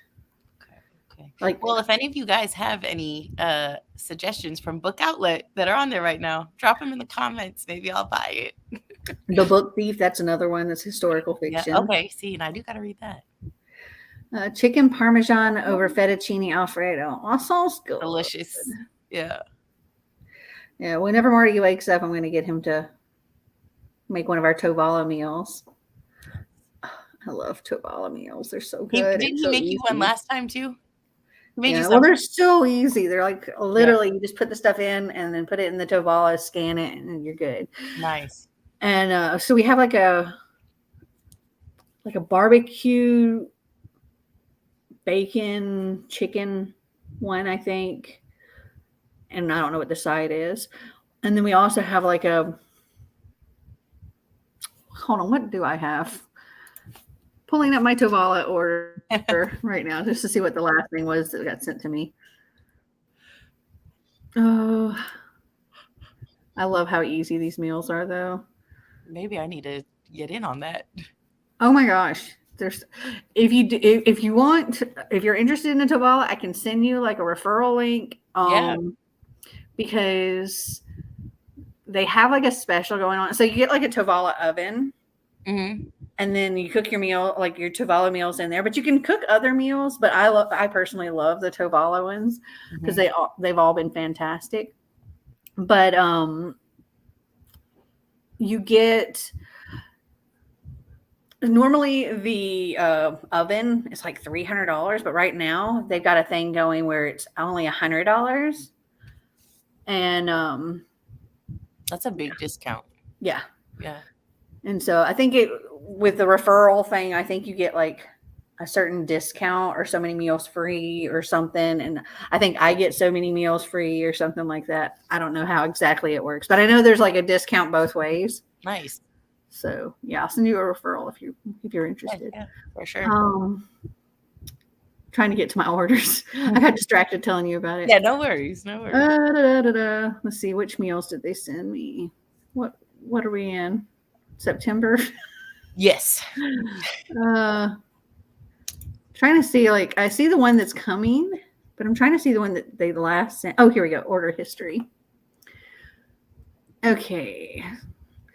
So either we're going to have bacon barbecue cheddar chicken melt with potato wedges and malt vinegar mayo, or we're going to have Italian sausage, white bean, and spinach ragu with Parmesan and salsa verde.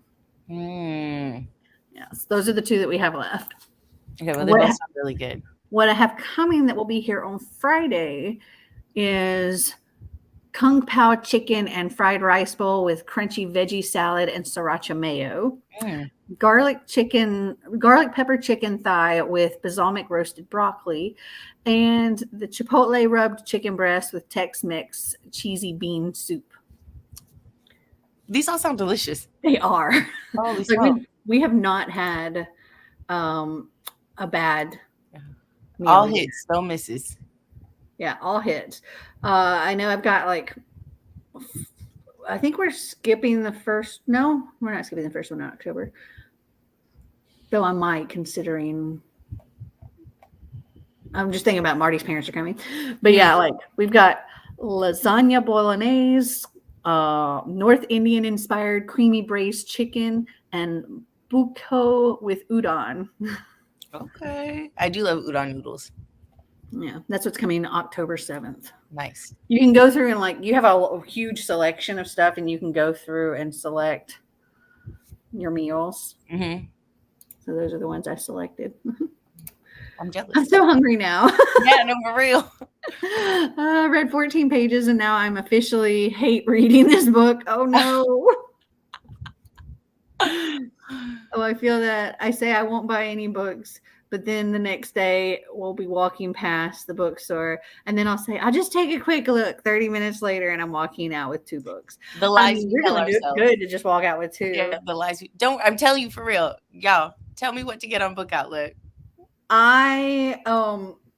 So we went into this one. I don't think the video is posted yet. I think y'all have my coffee patrons have early access to the video I just that's posting for everybody else tomorrow, which is a part of my cruise and like the first port and stuff.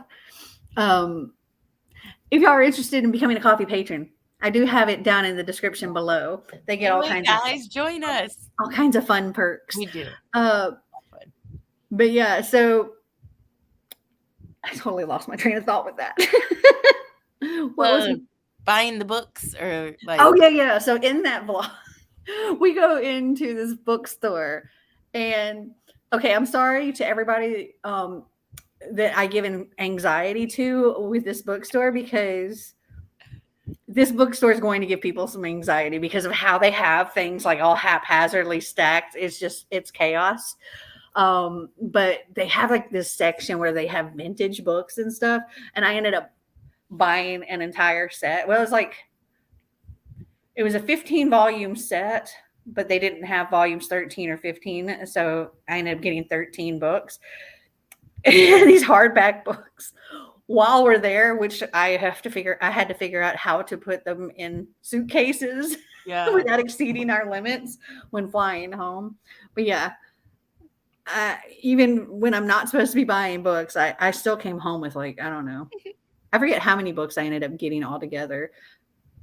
I want to say 17 books total. Something like that. We were just talking about how we got to unhaul. And we're like, yeah, I bought so many books. But like those 13 books I got for $15. And I remember you had told us, and we were like, wow, that was great. They're very cool. Yeah. All this food talk is making me hungry. Same. I need my husband to wake up and cook me dinner. Last time I went to a bookshop, I came out with 10. Oh, yeah. Time before that, I bought so many books from a book charity shop. They told me to please come back whenever I want. I don't remember who it was, but I remember somebody saying that they went to like one of those like Friends of the Library kind of places, and they were buying so many books that they told them not to come back. Oh my God. Like, I guess because they're wanting to save books for other people, but I'm like, isn't the point to sell them. Yeah, yeah. Doesn't matter who you're selling them to. My charity shop never has good books. They're all outdated old books. Yeah. I don't know. Every once in a while, I'll catch something good. I found like I did like an estate sale and found some cool like vintagey books. Like one was on etiquette, and it was to the owner of the house, and she's like a much older woman, and I think she passed away. But this was like from high school. She got awarded for like good manners. Oh wow. And the author of this etiquette book like wrote her a little thing, like signed it to her and stuff for her good etiquette. Mm-hmm. I remember I was watching like, it. Yeah. that's very cool. That's very cool. Yeah. And I'm like, I had the thought in my head earlier today. I was like, ooh, what estate sales are going on? And Marty's like, I'm not telling him that I was looking at estate sales because I want to go. I want to go because they're so neat. And I found one I want to go to on the first. But at the same time, I bought a ridiculous amount of art on the cruise. Yep. A lot of art. An absurd amount of art. Channel. I'm just like, this art's going to require me to open another channel, to get another job. Yeah. It's going to take me like a year to pay off, at least. Yeah. I've just moved, and there's so many charity shops here, and there's a really good book selection. Nice. That's awesome. My move's like 9 minutes away. Yeah, it's like all I have is like just like a Goodwill near me. I haven't been able to find any like good secondhand bookstores. Come up here. There's plenty. Yeah. And that, for real though, it's like when I go to Texas, I'm always like, well, I gotta go to Half Price Books. Like I gotta go to other places. So you go to McKay's. Yeah, I want to so bad.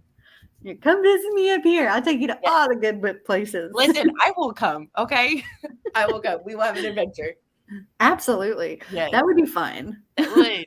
That would. And when you come, you could stay in my cute little pink guest room. I do love pink. That was like, I had to paint my guest room pink before we moved anything over because I was just like, it needs to be pink. I was like, I have to have one spot in this house that I still get my pink. Absolutely. And so it's the guest room. Yeah. So I'm not going to have a library. Yeah. I'm going to have a pink guest room. Okay. I love it. I love it. So you can come and stay in my pink guest room. Yay. There's this pretty like chandelier in there and everything. Cause like that room, it's funny because it went from like being a pink girly princess room for their daughter. And then I guess when she didn't want that room anymore, they turned it into like a kind of weird greenish, grayish. I don't even know how to explain this color room, and it became like the man cave. And so it had like the light switch and all the outlet covers I had to take off because they were all like deer antlers. Oh god. Sandra liked them, so I took them off and put them in his room and took his plates off, and I'm going to use those in the guest room. But when he switched over to it being a man cave, he didn't change the light. So it's still like this pretty girly chandelier, and I love it. Yay. And now it's back to being a pink room. And the owner, like the previous owner, has seen it, and she's like, oh my gosh, it reminds me of our, Farrah's room. That's cute. It's back to being pink. I love that. The library and the books only charity shop are right next to each other, so it's heaven. Oh, that is pretty perfect. Yeah. We do have a like a thrift store within walking distance of our library, like the closest library to me, and it's one of my. I don't usually see a lot of good books there though, but they've got it's a really cool thrift store. It's really great for clothes. Nice. Oh, that's fun too, though. In my area of England, we don't have any used bookstores with actual used books. They're all vintage. Barely have a good selection of books at Waterstones and W.H. Smith, so it sucks. I want to go to Waterstones so bad. I want to go to Waterstones too. Yeah. All right, let's plan that trip too. I'll come see you. We'll You go know, today. I have been in London twice now Yeah. and not gone to Waterstones. I need to go. Yes. It's funny because like I'll go somewhere and then I'm like not really know about a particular thing. Like I don't think I knew about Waterstones the two times that I've gone. Mm-hmm. And so, but I did know about bookstores and I was like, oh, I'm going to go see these bookstores. Yeah. But I went to like some little small bookstores, not like big bookstores. But now I'm like, I so want to go to Waterstones and get all of the collectors books. Which Yeah. you probably don't have. It's like all those Barnes and Noble exclusive editions. You don't find them at Barnes and Noble. No, you only get them when you pre-order the books or whatever. Yeah. But I think Waterstones is going to be, I mean, it's like, I think it's the Barnes and Noble version. Yeah, for sure. But I still want to go. Yeah. Just to see if I can find some of those really pretty books. That Honestly, I I think it's just from being like watching it on YouTube and seeing so many people with Waterstones things that it's just like you just want to go see what you can find yourself. Like or just seeing like them posting on Instagram this new Waterstones release of this book, and I'm like, I need it, and then I go to buy it, and then I'm like, oh, but that's shipping. I don't need it that bad. No. The shipping costs more than the book. Yeah. I mostly buy mine online, which is better because I get good deals. Same. Book Depository is a great place for UK, US, anywhere. There's also The Works bookshop 4 doors down, and those can be really hit or miss, but this one's a great one. The Works is definitely hit or miss. I've never heard of that. I guess that's a UK one. UK, yeah. I once found a really cool Waterstones bookmark in a used book at a bookstore. That's cool. Nice. If you want to go to Waterstones, go to big city stores, not the small city ones, because mine is very limited in selection. Yeah, I did go to like when we were in Canada, I went to like Indigo Books and stuff because that time going to Canada, I knew about that. Yeah. So I'm like, I have to go to all of the cliche Canada things. So I got to go to Indigo. I got to go to what's the coffee place that's like very Canada? Tim Hortons. Tim Hortons. We went to Tim Hortons. I was like, we got to do all of the cliche. Yeah, absolutely. Things. Got to be a tourist. Immediately put it in a book I was buying. Ella. Perfect. Yeah. Every once in a while, I'll find like a cool bookmark. I think I found one that was like stitched. Like it was cardstock, and then it had like an emblem stitched into it, which I thought was pretty cool. That is nice. I'll never forget the time I went to Waterstones, then went food shopping and accidentally left 80 pounds of books there and had to dash all the way back. Oh, man. That would be stressful. Yeah. I'd be literally like panicking. Trying to run. Yeah. And just please let my books be there. Please. Honestly, I'd be like calling, did you guys find books? Please hold them at the front. Yeah, no doubt. I would be too. Yeah, for sure. Heck, I've done that with my camera before. Like my whole purse with my camera in it, my vlogging camera. Oh my God. We were going scuba diving. My mom and I were going on a dive trip, and Marty was like coming along just to watch because he doesn't dive, and he's not certified. And we went and ate at this restaurant, and I left my purse with my camera in it hanging on the back of the chair, and we went to the dive place, and we were like waiting, like we're going with a group of people, and the boat is scheduled to leave at a certain time, and we got all the way there. My mom got out, and we were about to get out, and I was like, I don't have it. Oh my God. I was just like sheer panic. And because that's hundreds of dollars. Yeah. And so my mom hopped out and got her stuff, and she's like, I'll go tell them that you're coming, that you know what happened. And so we flew down back there, and they're like, oh yeah, here it is. The waitress had gotten it, and I was like, and then we rushed back to make sure we didn't miss our boat. Yeah. Dang, it was so fancy, like made it to look like leather. I died and gasped and peed. That was me when I thought I lost my camera. I found a photograph of a child in a used book I bought in a charity shop. It feels insulting to get rid of the photograph, and I'm hoping to find the owner to give it back to. I had that same kind of thing happen when we moved into our first house in Tennessee. In the closet, like on a shelf, I found a couple of photos, and I was going to try to like get them to the owner, and I never did. I eventually ended up throwing them away because I was like, I have no need for them. They were old pictures, but it just felt weird holding on to them. Yeah. I've got to say, it was awkward having to ask the help desk if they'd found a bag full of books. They just looked at me odd and handed it to me from behind the desk. Like, it happens. It happens. Oh, heck no. Photos in a house on a shelf is horror movie vibes. It is. Well, you know, like this house was built in the 50s, and it was the original homeowners of the house. They lived in it like forever. And so they were like some old photos, like sepia colored photos. So I wanted to try to like get them to them, but it was one of those things that I kind of forgot about for a little while. And then next thing I know, we've been there for a couple of years. Yeah. And like the original people, I think one of them died and the other went to a nursing home after that. And we bought it from the children. Like they hadn't, they sold it. We bought it, like we put an offer on it the day it went on the market. Oh, wow. So we snatched that up.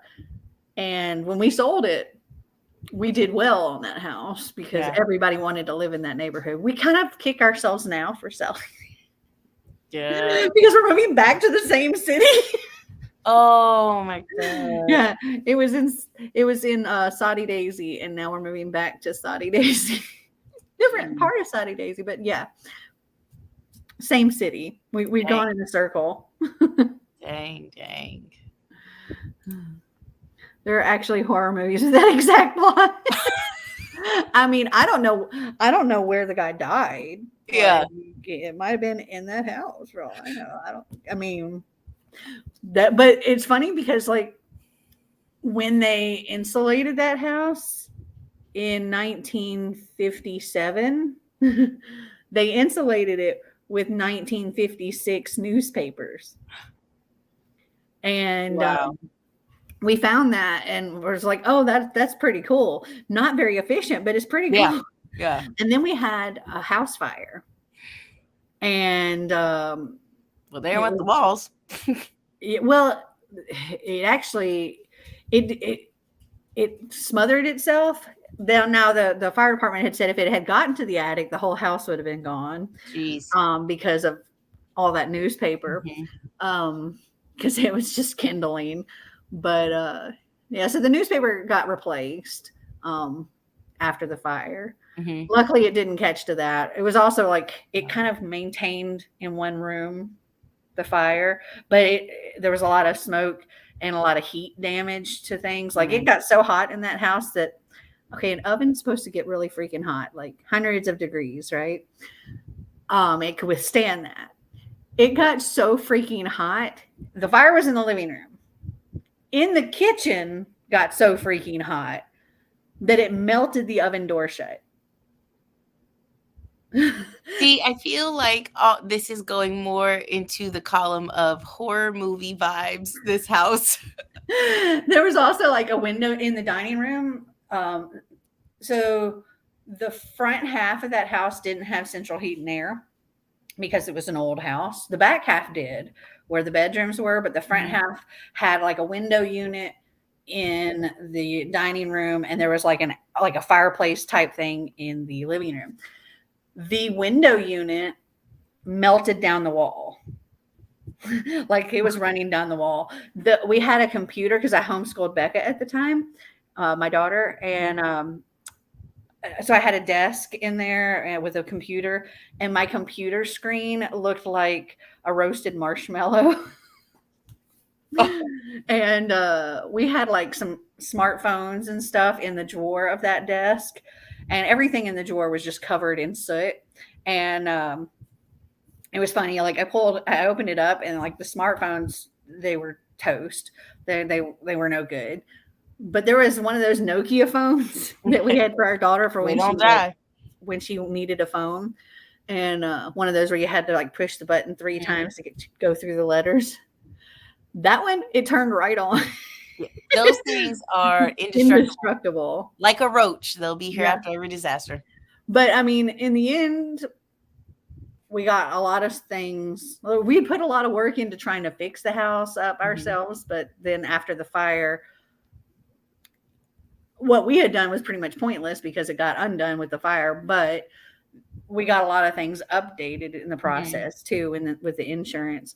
And then when we sold the house, we were able to sell it for way more than we bought it for. So that worked out. Because we ended up buying it for like $100,000 and then sold it for $265,000. Okay. Yeah. That's great. We lost money in the next house, but we made money in that one. Oh yeah, I remember people doing that back in the old days. You'll find a lot of old houses with those newspapers.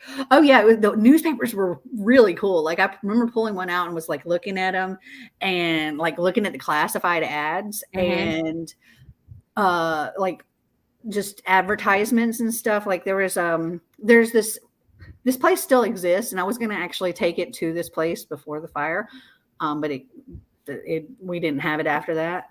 But there's an ice cream store here called Kay's Castle, and there was like an ad in it for like banana splits for like $0.25. And there were like things about cars that were for sale that were like just a little over $1,000 and things like that for brand new cars. And the classified ads were like wild because they were like split into, it was split up between men and women and blacks and whites. Oh yeah, folks. Yeah, so it was like, here's the classified ads for white men, here's the classified ads for black men, here's the classified ads for white women, here's the classified ads for black women. It was the times. Wild. It was wild seeing that. That's crazy. I was just like, that's crazy. Plus, also like seeing how much income that these jobs offered for all of them, you know, and how much like rent for houses or, you know, all of it. It was just such a huge difference. It was wild. Yeah. A house fire is my worst nightmare, especially here in California with the devastating wildfires. Yeah. Yeah, it's much more of a nightmare now that I have a ridiculous amount of books. Yeah. Which is kindling, but also I would not want to lose all my books. No, I mean, that's like such an investment, literally up in flames, up in smokes. I feel like all book lovers' worst nightmares is a house fire. We still love a good candle though. Yeah. A candle was what got my house. Yeah, it was a long time before I allowed any candles to be burned in the house. Wow. It was a candle. It was a candle that caught the couch. It got knocked over and caught the couch, and it was. Dang. Yeah. We were all literally playing with fire, Bethany. Those Nokia phones will outlast everything. I wouldn't be surprised if they bloody survived doomsday or something. For real. My husband and I have been talking about buying a house for a couple of years now. I want a Victorian style manor. Nice. Very nice. Yeah. I'm not a candle person. I'm a wax melt person because of that. Yeah. Yeah. It was. Yeah. That's crazy. Luckily, we weren't in the house, and the way the house was set up, there's like a door that separated the back half of the house from the front half of the house. And the front half was just living room, kitchen, dining room, and a bathroom. And the back half was like all the bedrooms and a den and like our laundry room and another bath, like a 3/4 bath. And we kept the door, there's a door separating them, and we kept that door closed because we didn't want the animals in the front half of the house because of like the cats would get up on the counters and stuff like that. And we didn't want that. So we kept that closed. And that also saved the back half of the house Mm. because there was smoke damage that got to the back half, but that was it. And all the animals were safe because they were in the back And half and they could that's get out good. of the house because they had like a doggy door to go in and out the back door, into the backyard. So it saved the rest of the house from going up because it didn't have the air, Mhm. and it saved the animals and it saved our stuff that was back Nice. Oh, there. Yeah. that's good. Yeah. Any wrecks on wax melts that smell strong like a candle? I've had bad luck finding strong scented ones. Have you checked Scentsy? There's a company called Scentsy that their melts are really good. My sister used to work for them. Yeah, they're so cute. All their warmers. Mm-hmm. I have a lot of them. You? Mm-hmm. I Yeah. love the smell of candles, but I'm so afraid of lighting one. I'm afraid of not being able to see it and knocking it over. Set it where you will see it, and make sure that it's where animals aren't likely to knock it over, and don't leave the room with it lit. Like don't walk away and leave it unmonitored. Those are my biggest advices over candles. I'm big on that now. Like you don't go to bed with a candle still burning or anything like Yeah. that. I think I died of fire in another life because I've always been scared of a fire. Oh, I accidentally clicked one. I'm starting to feel clairvoyant. I read The Wizard of Oz, and now there's a tornado. I read the same books as you, Melanie, yesterday, and now I'm naming how your fire started. Bethany, you're on it. Both of us are blind, plus we have a toddler. Oh, wow. Bethany, wax melts might be good for you as long as you can put it where toddler fingers can't dip in. Yeah. Yes, those get hot. Yeah. So definitely Scentsy has great melts. They have they have ones you can plug in like an outlet that work like you can have it like a nightlight. So it's great like setting in a kitchen plugged in there or like in your bathroom, and it's high enough where a toddler can't get. I wouldn't plug it down in a low one.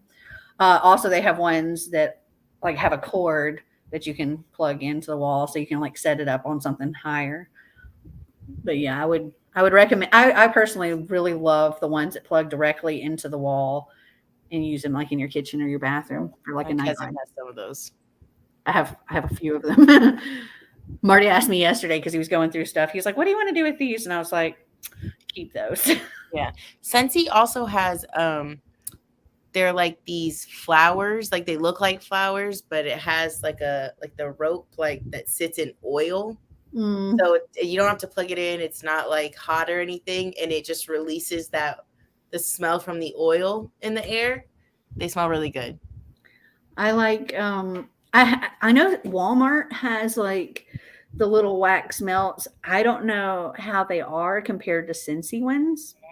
They're significantly cheaper than Yeah. Scentsy, but I Yeah. don't know if the smell is as good. Yeah. Also, with the wax melt, if you want to change out your scent, you just like melt it down and pour it out Mhm. and then clean it out. Hi, T. Hi. You are just in time Yeah. for another sprint. We've been Yes, chatting for I've a got to while. go tie something up for my dad on the patio before these wind. So Yeah, and then she needs to like keep reading that book. yes, She's still working on the buddy read. I was about to say, and I only have this much left. Ugh. All right, happy reading all.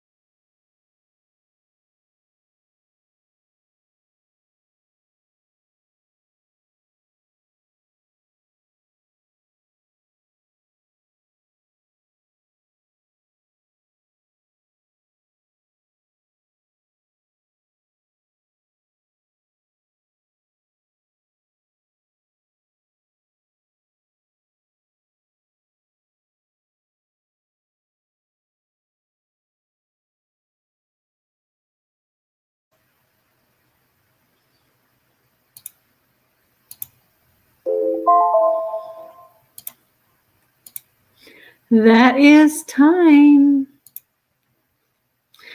How did everyone do? Oh no, we've lost Dana. Oh, I saw somebody.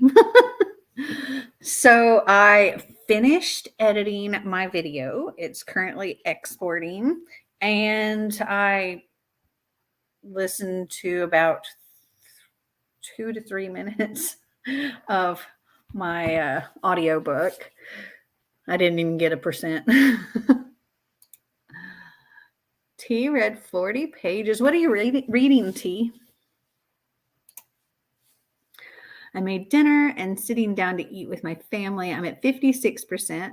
I'm also working on my TBR for tomorrow's 24-hour readathon. What 24-hour readathon? Did I miss something? Finished Pumpkinhead, so cute. It really is. And started Devil's Island by Nicola Jojic. Back to Bethany's here. What 24-hour readathon? I want to know. Do I want to try? No, probably. I should not. I should not try. I still want to know though. I don't have time to do anything because I have to work on my house. I'm reading a French Canadian book called Resonance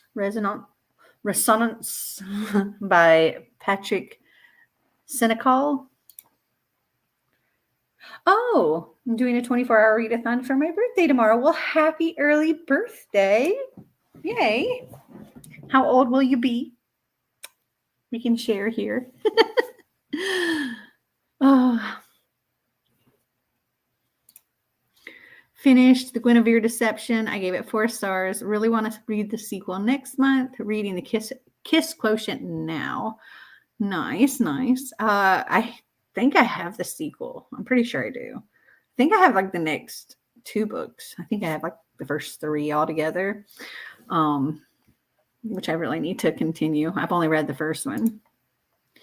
Do a 24-hour readathon. I peer pressure you to. Well, I actually have I haven't figured out when I'm doing it yet, but for my coffee patrons, like all tiers of my coffee patrons, I'm doing 2 24-hour readathons throughout the year for them. Like, so if you want to be a coffee patron, link in the description. But right now I totally can't because I am in the middle of moving and packing up my house. And hold on, let me show y'all what my library currently looks like. So there's no bookshelves right there. There's those, but they're empty. And then there's no bookshelves on the other side either. And I got boxes everywhere. But I still have a ton of stuff to do in other rooms. And I got a million loads of laundry to do. So I can sort through which clothes are getting left here because we're going to have an estate sale once we get rid of, like, take everything out that we want to keep and then have an estate sale to sell everything else. Happy birthday, Bethany. Hope you have a wonderful birthday tomorrow. 32. Oh, yay. 120 pages left of Game of Thrones. Why did you guys decide to move? So we had no plans on moving. Like, we weren't even thinking about moving. We were fixing this house up the way we wanted it, hence the pink room. And we've spent so much money fixing this and that on this house. But then we started getting calls from different investment companies wanting to buy our house. And we got an offer from one that we're like, you know what? It's a good offer. And it was quite a bit more than what we paid for the house. And we're like, you know what? Let's go for it. Apparently, it was significantly less than we could actually get for the house. But it was still enough to cover everything we put into the house plus what we spent on the house. And we started looking for houses and we found this absolutely amazing house that we fell in love with.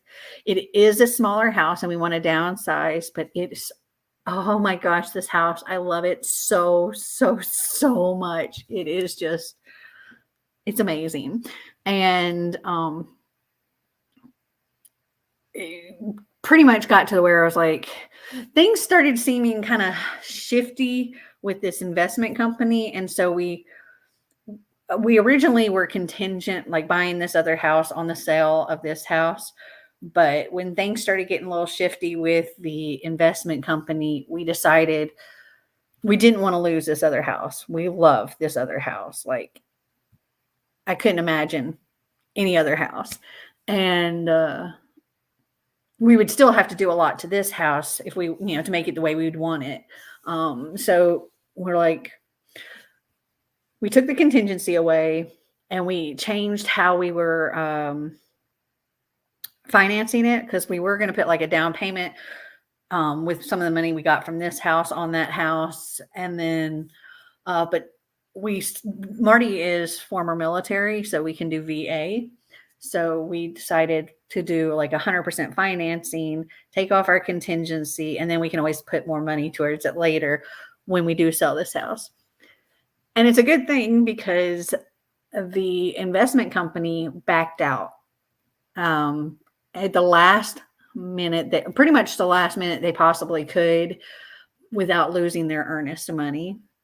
Like, they had until, I forget what the date was, but it was 9:00 that night when they told me that they weren't going to do it. Pretty much the way it worked with them apparently is they say they're going to buy it, and then they start trying to find somebody else to buy it for the price that they want to sell it for. And then if they can't find it in that amount of time, they drop it. And so that's what they did. They couldn't find a buyer for the price they wanted to sell it for in the time they had. So they backed out. And then we were like, well, we're still buying that other house. And so, yeah, we've now closed on the other house. We've already started moving stuff over. And on the 3rd, we will hopefully do our final move. We do have to rent a U-Haul truck to get the last bit of stuff out and brought over there. But yeah, that's why we moved. And we're literally only moving 9 minutes away, but it is 9 minutes closer to Marty's work. So it's only 7 minutes to get from our new house to where Marty works. So he's happy with that. Yes, I recall you mentioning the move in previous sprints. I'm so excited to see your new library and the unhaul. Well, see, that's the thing. That's the only thing that this house is lacking, like the new house is lacking in. There's not going to be a library. My bookshelves are getting split throughout the house. I can have a library later once Xander moves out. But until then, I have no library. But the house is still awesome and I love it. Thank you for the birthday wishes. Yeah. So one of the vlogs coming up, I think it's last week's vlog, but I'm still working on editing vlogs and getting all that up. But it was the vlog I filmed last week. Actually, I did like an empty house tour in the new house. And yeah, it's been me painting over there. And we had the moving truck and movers and all kinds of fun stuff. So yeah, we're gradually getting things done. Not gradually enough. We don't have enough time. You can do those book wall things with your red books. Saves a lot of space too. Yeah, I don't know exactly how I'm going to do things, because like right now I have 4 bookshelves in my dining room in the new house and 4 in mine and Marty's office, because we're going to share an office. One of the bookshelves in our office is going to have Marty's stuff on it. So that's one less bookshelf I have. And then some of the shelves on the bookshelves in the dining room are actually going to have like our board games and stuff. And we're going to get the cabinet doors because they're the IKEA, the Billy bookshelves. We're going to get cabinet doors for those so that we can close it up and have like the board games and stuff in there. So there's some more shelves that I don't have to put books on anymore. But there are some built-in bookshelves in the living room too. So I don't know. Thoughts and prayers for all the Floridians. Just saw that the eye of the storm made landfall an hour ago. Christina, are you okay? Christina is one of my coffee patrons. She was in here. I don't know if she still is, but she is apparently right in the path, I guess. And yeah, I hope she's okay. Dana, my co-host, is also in Florida, so that's why she's currently not right there, because she had to go and like tie things down or something. If not, the closet is your best option, which is kind of the same, just hidden. Yeah, I was kind of thinking something along those lines. Well, her camera still seems to be working. Yeah. Yeah, I think she's having to tie down things outside to keep them from blowing away. And it's probably taking her longer than expected. She's on the other side of Florida, not the side that's getting hit, but they're still it's still projected to be like tropical storm winds and stuff when it hits her. So I hope Christina's okay. Haven't heard from her in a minute. They might have lost power. Okay. Well, I think while we wait for Dana to hopefully return, we can do another sprint. And I think maybe my video might be, nope, it's still exporting, but it's almost done. And then I can work on uploading it. And I think my dinner's done too. So perfect time to eat. All right. So let me add this timer back. All right. Happy reading, all.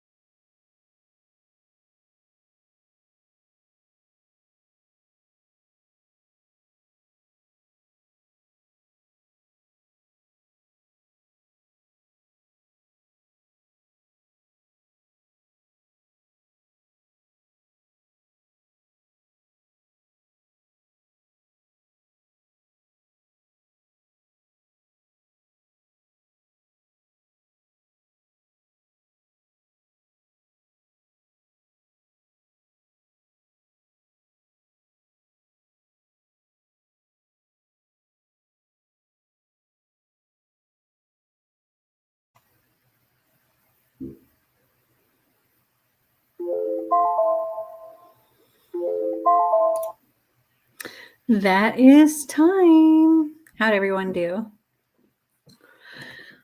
I managed to get my video uploaded and did all the stuff for that and ate my dinner, which was the chicken. And then I listened to about 3 minutes of my audiobook. So I'm being productive. I'm a little concerned that Dana still hasn't returned and she's not responding on anything. Hopefully she didn't get blown away. Also, there's no Christina either, which is weird.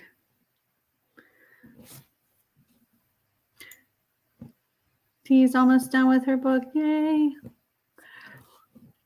So any other Floridians in the chat here? Tell me how things are going over there. Dana, come back. Let us know you're okay.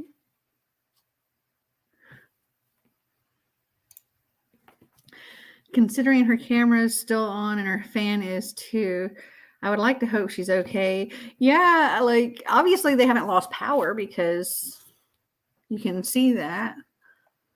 So, and I saw somebody like earlier on crossing back and forth a couple of times. I don't know if that was her or her dad. I think it was her dad, but like it was so quick, it was hard to tell. Yay, congratulations, CW. And hello. My co-host here went outside to tie some things down and has disappeared. So hopefully everything's okay. She's been gone a while though. Ooh, finished Devil's Island. What'd you think? Did you like it? Would you rate it? Bethany says, on chapter 4 of the KISS quotient, as someone on the spectrum, I can tell this is going to be an interesting one. Well, I can tell you the author is also on the spectrum. And nothing has been blown off, so that's a good sign. Like her roof and walls are intact, thankfully. That's true. That is true. I just wish I knew where she was. Since because I wrote her on Twitter and I wrote her in the coffee chat on Discord, and I wrote Christina as well. And Christina is more like on the side where the hurricane's hitting, and she's not responding either. So I'm like, I hope they're okay.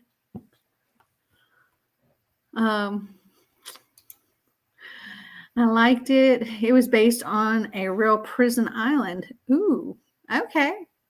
So was it fiction or nonfiction? It sounds interesting. For those that weren't here when I said what I'm reading, which I haven't done much reading because I've been doing other things. I'm reading or listening to Mirage by Samaya Dodd. And I'm like 48% through. Though this next sprint, where's my headphones? They're over there. This next sprint, it's gonna be tricky because I need to work on pack. Hey! You're muted. I'm not dead, in case you thought I was dead. I've been very worried. Yeah, I thought so. So I went to go help my dad. Like the screen and porch, that door doesn't latch well. So we were trying to tie it, right? Mm-hmm. And then there's a couple other doors, like our garage was turned into like an apartment back when my grandmother was here. And so it like we tape around them just to like make sure they don't leak in because like they're just not the greatest. I was just running back in here. And I opened one. I didn't know. Well, nobody knew, okay, that this door could not lock back. So it's literally like gusts of wind. The sky is black. And we have a door to the house that will not close. And it's about to like torrential downpour. Oh, gosh. we had to call my brother, and we were like, get over here now. And so we just had to like found a lock in the house, change the lock. It was a mess. My dad, we were laughing now, but he was like, you know what? He goes, I think you don't need to come back here to Hurricane. You're banished. I said, he just banned me from my childhood home. But it's okay. I'm allowed to come back now. Yeah, I was getting a little concerned because when the last sprint ended and you didn't come back, and I chatted for a while, and then we did another sprint and you still hadn't come back, and I was like, oh my gosh. And I was writing you on Twitter and wrote you. My phone was literally right here. I wrote you in the Discord too, and I was like, oh my god. And we're like, well, she still has power and her fan's still working. Yeah. I told my dad, I was like, they're gonna think I'm dead. I was getting worried. Yeah. Okay. Well, thank God. Yeah. I'm more than a third into the It Girl, and it's okay, I guess. It's like it's still meh, and I wish it would speed up. But yeah, I feel like it's going to be between 1 and 2 star read. Ooh. See, that's a DNF. I want to look. I'm gonna see, because that's the one that we said is like a Ruth Ware book, right? Yeah. Okay. I want to see what I gave. And she's alive. I am. Thank you. And thank you, brother. LOL. Yeah, no, honestly. I told him, I said, well, I guess you're back being the favorite. He's always the favorite. I know how that goes. I gave The Woman in Cabin 10, I gave it 3 stars. And I think, honestly, that was probably a pretty generous 3 stars. Like, it wasn't, that's another, like, Ruth Ware book. And it wasn't, I guess, like, it was not the worst. But it just felt like the way it all wrapped up and like the reason behind everything, I was like, what? So, but it was a quick read. Like it was like easy to get through, but it just didn't have a good payoff. So I own quite a few Ruth Ware books. Okay. I own, The Death of Miss Westaway, One by One, The Turn of the Key, The Lying Game, In a Dark, Dark Wood, The Woman in Cabin 10. That's the brother that saved the day. Hey, brother. I can't see. Hold on. Oh, hello, brother. Thanks for saving the day. Welcome. See you later. Bye. Have fun. You too. Be safe. Thanks. You're welcome. Y'all gonna kick him out and make him drive? You know, he's gotta go. So my nephew works at KFC, and for some reason KFC said we should be open. So he's got to go pick up my nephew from KFC just in time, because it's supposed to be like within the next, I guess, like hour or so that it's supposed to get like a little gnarly over here. So I have The Death of Miss Westaway. It looks like I gave 3 stars and I unhauled it. But I unhaul everything that's like 3 stars unless it's part of a series. Yeah. And it looks like the rest of them I haven't read. Yeah, The Turn of the Key always interested me, but after I read The Woman in Cabin 10, I was like, it was not high on my priority list to get to, because I was just like, Yeah, it looks like I haven't marked read, but I didn't rate it, so I don't. Maybe I accidentally marked it read.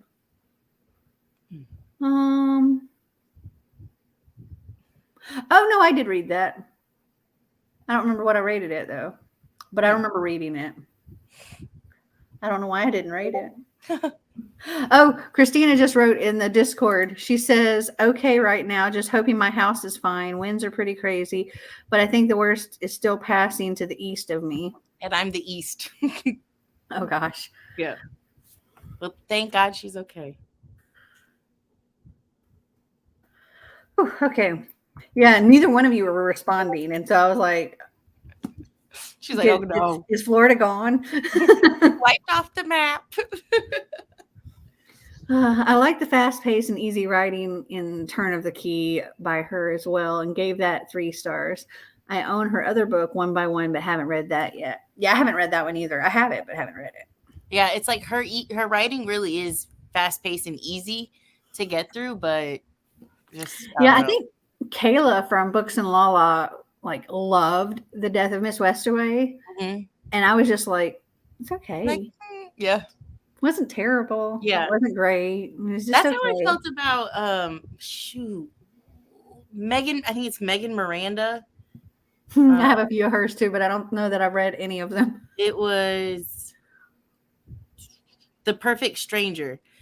I gave it a 3-star rating. It has like a 3.71 on Goodreads. And I remember reading that book, and it was so fast paced because it was like short chapters. So, your mind just feels like you are zooming through this book. And I was enjoying it so much until the end. And then I was like, what? And then that just like was enough for me to be like, like it was great all the way up to the end. And then I was just like, I cannot believe we did all this to get to here. There was a book, I can't think of what it's called right now, but there was a book that I was like, I was in there, I was invested. And then it got to the end, and I literally threw the book across the room. I was I remember you told me about that, but I don't remember what it was. I can't remember which book it was, but yeah, it was when the house that we lived at before this. And I remember when I finished reading it, I was like, what is this? It's out of here. If yeet had been a thing then, that's exactly what I did. Right on out. Mystery thrillers need to be fast-paced for me to feel that thrill. Karen Slaughter does it well, and her books are an average of 500 pages long, but Where is just meh author for me, sadly. I need to read some Karen Slaughter. I think I picked up one of her books recently. I have a couple of hers, I think. Have you read any of hers? No. So there's not a lot. Like a lot of the times, thrillers don't end up getting 5 stars. Like they've got to thrill me. They've got to surprise me, shock me, whatever, to get that 5-star rating. And there's only been a couple that I can think of. We've got The Silent Patient by Alex Michaelides was one. The Wives by Taryn Fisher was another. If you want to go YA, Death Prefers Blondes was another. Yeah. So good. So I didn't get any Karen Slaughter. I picked up a Sherry Lapina because somebody I know was like obsessed with her books. I picked up, it's called Not a Happy Family. I have not read it yet, but I got it on Book of the Month. She just said she felt that way with Jodi Picoult. She's read 2 of her books, and both times I liked the books until the end. Now I refuse to read her books. I just finished this yesterday and gave it 5 stars. It's YA and fairy tale, and it's so cute. I hope this one picks up pace soon, like 200 pages and 200-ish to go, and still nothing significant happened yet. Girl, DNF it. If you're hating it that much, don't waste any more time reading it. Just DNF it and read something else that you're going to enjoy. Yeah, I struggle with DNFing, but yeah, let that one go because I would only hate read if it was something that you could read like super quick and be enjoying, at least somewhat. If I felt like maybe the ending would make it worth it, but knowing that like your other Ruth Ware books you've read have not hit the mark, I feel like this one's also not gonna get there. Read a book by Jodi and gave it 2 stars. Yeah, this is the only one I've read by her, and I gave it 5 stars. I loved it, but I don't know what the rest of her books are like. Is that the one with her daughter? Yes. I read the first one from her daughter, and it was okay. She is a Miss Author, too. I'm so glad you're back and you're okay. Me too. I told him, I need to finish my book. I got things to do. My dad's like, yeah, you just broke a door. Like, we've got other things to worry about. I was like, you're right. I was just telling them right as you came in.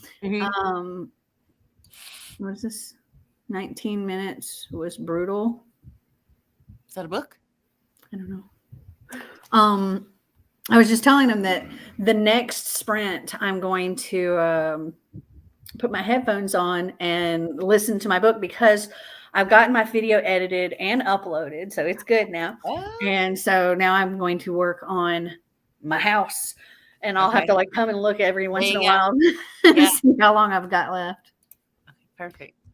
No, I am hate reading this to the end. I will conquer this. She said, I will not be conquered. I love that for you. I don't read a lot of adult thrillers, but it's all my mom reads. Thanks to BookTube, she gives all the ones I give her 5 stars. Nice. nice. Oh, it's something by Jodi Picoult. Oh, Okay. Ooh. it's about a school shooter. Speaking of, I just got a news update. I guess it was during this last sprint or the one before, saying something about 6 dead in a like a school shooting in California. Oh. Yeah, at least 6. No, not dead. It says at least 6 injured in shooting at school in California. Jeez. You know, I don't know why people do that. Honestly, yeah. All right. Well, I know you are ready to get back to reading. So Because I was like, I was right there. let's get another sprint going. Yes. All right. Happy reading, all.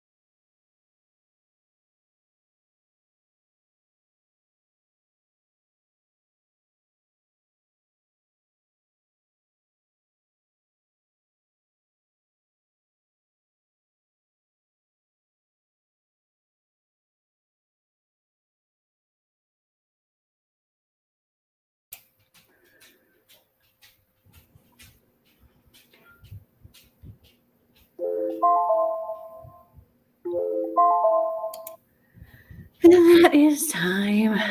Yay. Congratulations. Oh, man. I don't even know what to say. I mean, like, I know we were talking about it, but like it definitely not 5 stars, but a solid 4. Mhm. Like, I think a solid 4, and one that like I'll keep reading whatever they put out. Yeah, it's fun. It is. It's fun in a terrible way. Yeah. Because like even with like Zora Neale and oh my god, what's his name?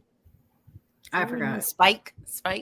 It almost felt like it was like, why are they even here? So I'm hoping that like I they have a think little more. essentially they're going to become like a Scooby Gang, is what I'm feeling like. That's what I'm hoping. Yeah. And yeah, I think it's gonna. The series, I think, is going to be a fun series. I think it's going to be kind of stupid, but I think it's going to be fun. Yeah. But it's like when even the things though that I get irritated by, I just try to think, I'm like, these are like teenage kids in high school trying to figure out a murder. And I'm like, okay, like then it's okay, you know? Yeah. Yeah. I made it to the halfway mark. Gonna read 2 more chapters and I'll have read 100 pages altogether. Way to go. Woo-hoo. That's awesome. Yeah. I got like 9% of my book, so I'm at 57% now. And this is Mirage? Mm-hmm. Okay. Yeah.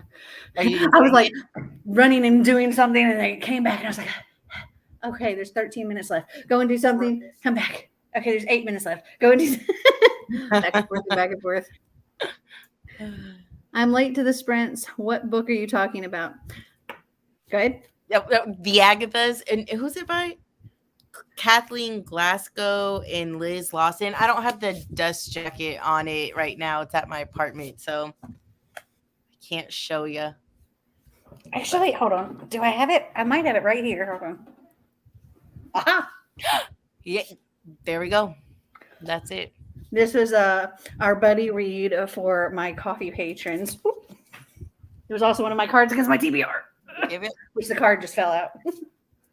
Yeah. So it definitely wasn't perfect, but we all of us that read it, although it wasn't perfect, we all enjoyed the ride, like the journey it took us on. It was kind of like, it was ridiculous, but we kind of loved it. Yeah. So we'll continue. Yeah, it's one of those like, it's like a guilty pleasure kind of things. Maybe it's like really, it's not the best, but it is a lot of fun. It is a lot of fun. Ooh, this book, I've seen it before. It's YA, right? Yes, it is.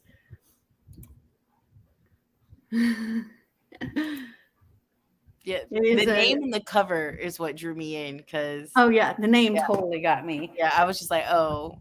And I will say, I think it's like, I feel like it could have come stronger. Oh gosh, in that aspect. With having such a great name and who you're trying to live up to, but she definitely has one of the main characters has so much love for Agatha Christie that you're like, okay, I see. Yeah. I mean, it was not the best at all, but addictive, kind of. I really think, because I can list thrillers that are far better. Oh yes. I can list YA mysteries much better, but the addictive quality of it is top tier. It's funny though, because it's like the whole time reading it, I'm like, this is so ridiculous. I'm like, you have to go into it without knowing that this is not how reality actually works. Yes. Yeah. You really have to suspend any type of reality to read it, but it's a good time. But when we had our other sprint and you were talking about it, I was like, oh God, I picked a bad book. And you were like, no, it's just not, it's not perfect. Yeah, but it's hard. It's hard to describe because it's like, it's not good. It's not great. Yeah. But it is a lot of fun. Like, it's not good, but I'm going to read it. And I'm going to read the next one. And I would tell anybody else going into it, go into it thinking it's going to be ridiculous, but it's going to Yeah. be fun. Yes. You'll enjoy the journey. Don't we all? Yeah, for real. I like how we've all mutually agreed it's bad but good. Exactly. That thing is also one of my coffee patrons. Yes. That's what I say, y'all. Join this coffee because it's hilarious. Like, I truly, like, I've never met any of these people in real life, but yet, like, I love chatting with them so much, and we crack up. Like, it's good. It's a fun time. It is a fun time. Yeah. Yes. Hello, I'm back. I took a nap, but I'm picking up Serwa Boaton's Guide to Vampire Hunting. Never heard of that. All right. For these sprints instead of home field advantage. Okay. Tell us how that goes. That's quite a title. Yeah. My bestie has me reading Legendborn, and I'm 50% and loving it. I was not expecting it to be anything like this. LOL. I've heard really good things about it. Also, Legendborn totally works for the prompt. Read a book based on Arthurian legend. It definitely does. I have that one sitting on my shelf. I bought it at over the summer when I was in Texas at a Half Price Books. I saw it and I was like, man, I hear good things about it. And I was like, let me just get it because, it's cheaper. But I haven't read it yet, as per almost all my other books. Yeah, right? I have it. I ended up somehow with 2 copies, I think, from like subscription boxes. And I gave one to Kaylani because that was on her wish list. Mm-hmm. And then, and I think I've recently, I believe I've pre-ordered the sequel maybe. Or I just ordered it. I can't remember. But yeah, I'm getting the sequel. I haven't read the first one yet, but I have heard really, really good things about it. Wonderful. This is how our TBRs go so stupid. Yeah. This is just ridiculous but fun. Gotta love it. Yes. Exactly. And I think the other thing I think that makes it so much fun is that we had like a chat to like talk about, it's like that for me personally, like that makes books that might not even be the best, like so much more fun to get through when you get to talk about the ridiculousness of it with other people, Yeah, I had it split up. Let me see. I've got to pull it up here. I had it split up with chapters 1 through 12 was one little chat thing. Then, 1 through 11, and then 12 through 21, 22 through 30, and then 31 to the end. Uh-huh. And I read it at the very beginning of the month, and I was just like, blah, blah, blah, blah, yeah. As I was reading it, I was just like, oh my gosh. Yep. And then I came in at the end of the month, like going in. Like, you were going in with the same reactions. Like, yeah. 20 lines later. Yeah, it was just like, and I kept saying, I was like, all right, guys, yeah, I'm done. And then I'd come back with something else. I'd be like, I'm for real, I'm done. I'm using it for the Academy Readathon. LOL. Perfect. I love that. Which prompt are you using it for? Are you using it for the Arthurian legend one? Because it's perfect for that. Yeah, for real. My book in reading. What? My book I'm reading is the new book in the Rick Riordan Presents Company. Okay. Sometimes just typos like make my brain just go, what? Like I get a dial tone in my head. Yeah, it's like AOL dial-up. Yes, exactly. Yeah. You've called a fax machine. Because it's like after you've looked at so many words for so long, sometimes it like your brain's just like lagging. It's like, Yeah. My brain Wi-Fi has dropped. Yeah. Signal is out. Well, we just got the notification that my school's closed on Friday, so here I am with the 5-day weekend.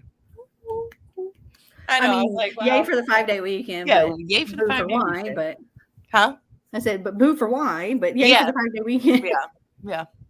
We'll look at the positives. We'll take what we can get. Yeah, hopefully all is well in the end. Yeah. Marty, who's just waiting for me to come down to the basement here in a second because I have to help him go through and say what we keep and what we get rid of. We're working on sorting through all the things. Because we want to get rid of a lot of things. Let's see, I'm using it for POC rep. Oh, well, it's perfect for that too. I can't remember the exact class. Please don't put me in the dunce corner. You're fine. You're fine. It's in my journal upstairs. That's what I say. I was like, I always have to reference it in my phone because I'm always like, oh, what is it? Where do I have it somewhere? Hold on. I've got it somewhere. It's in the SeasonAthon Discord, in the pinned messages. This page right here. There we go. Oh, that's tiny. POC. History 1030. Read a book by a Black author. There we go. Yay. All right, give it back on the right thing. There we go. On my 17th SeasonAthon book, determined to finish all the prompts by the end of the month now. Bethany is a machine. Yeah. I love this. So next SeasonAthon Academy, which will be in the fall. Because we're just going to do this in the fall because we have the other stuff for the other seasons. You're probably not going to have to actually do anything to have completed. Because we're like, those extra classes can help you like in other semesters, but you're killing it. Graduating with honors. Graduating with multiple diplomas. That's it. I'm sadly one book behind. It's okay. I am too. Wait, no, that's on a different readathon. No, I finished my SeasonAthon. Except for Bethany, we're all behind. I mean, I finished SeasonAthon, but all behind on our TBRs.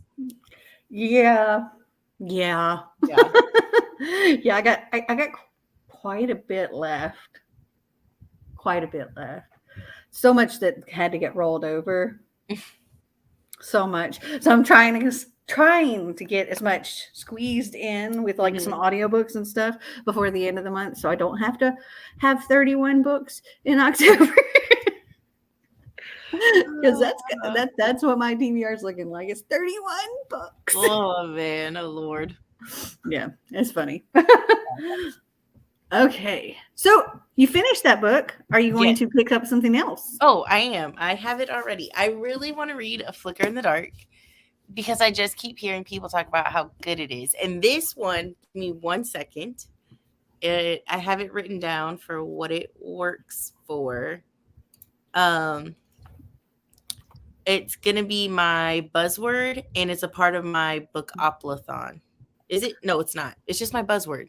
Just my buzzword. But yeah. But I think, hold on. Do you still have the prompts pulled up for SeasonAthon? Sure. Do you? Okay. I can pull it right up. Yep. What do you want? Oh shoot, never mind. I was thinking of TBR Knockout. I was like, it does have leaves on it but it doesn't.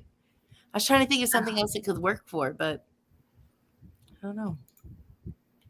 I mean, it does kind of have leaves on it.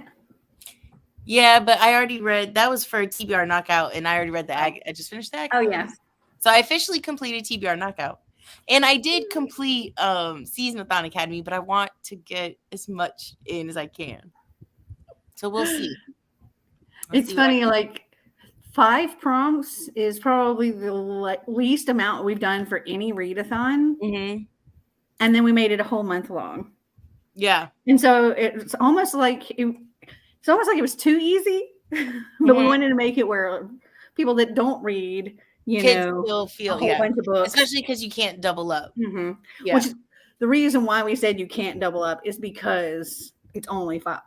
Yeah, no, I mean, I don't mind readathons that I can't double up. I think sometimes it like adds an extra challenge to it, because there's so many other readathons that you can, double up on. So it just makes it a little fun. See, I haven't started Rage of Dragons, but the other 3 books I'm reading will be done today or tomorrow. Nice. I wish I could read that fast. I don't know if you guys saw, but my power just flickered. Yeah. I'm caught up with TBR Knockout. Yay. Well, I can tell you, audiobooks help with reading that fast. Yeah, no, for real. You're going to have to eat, sleep, and breathe books for October, Melanie.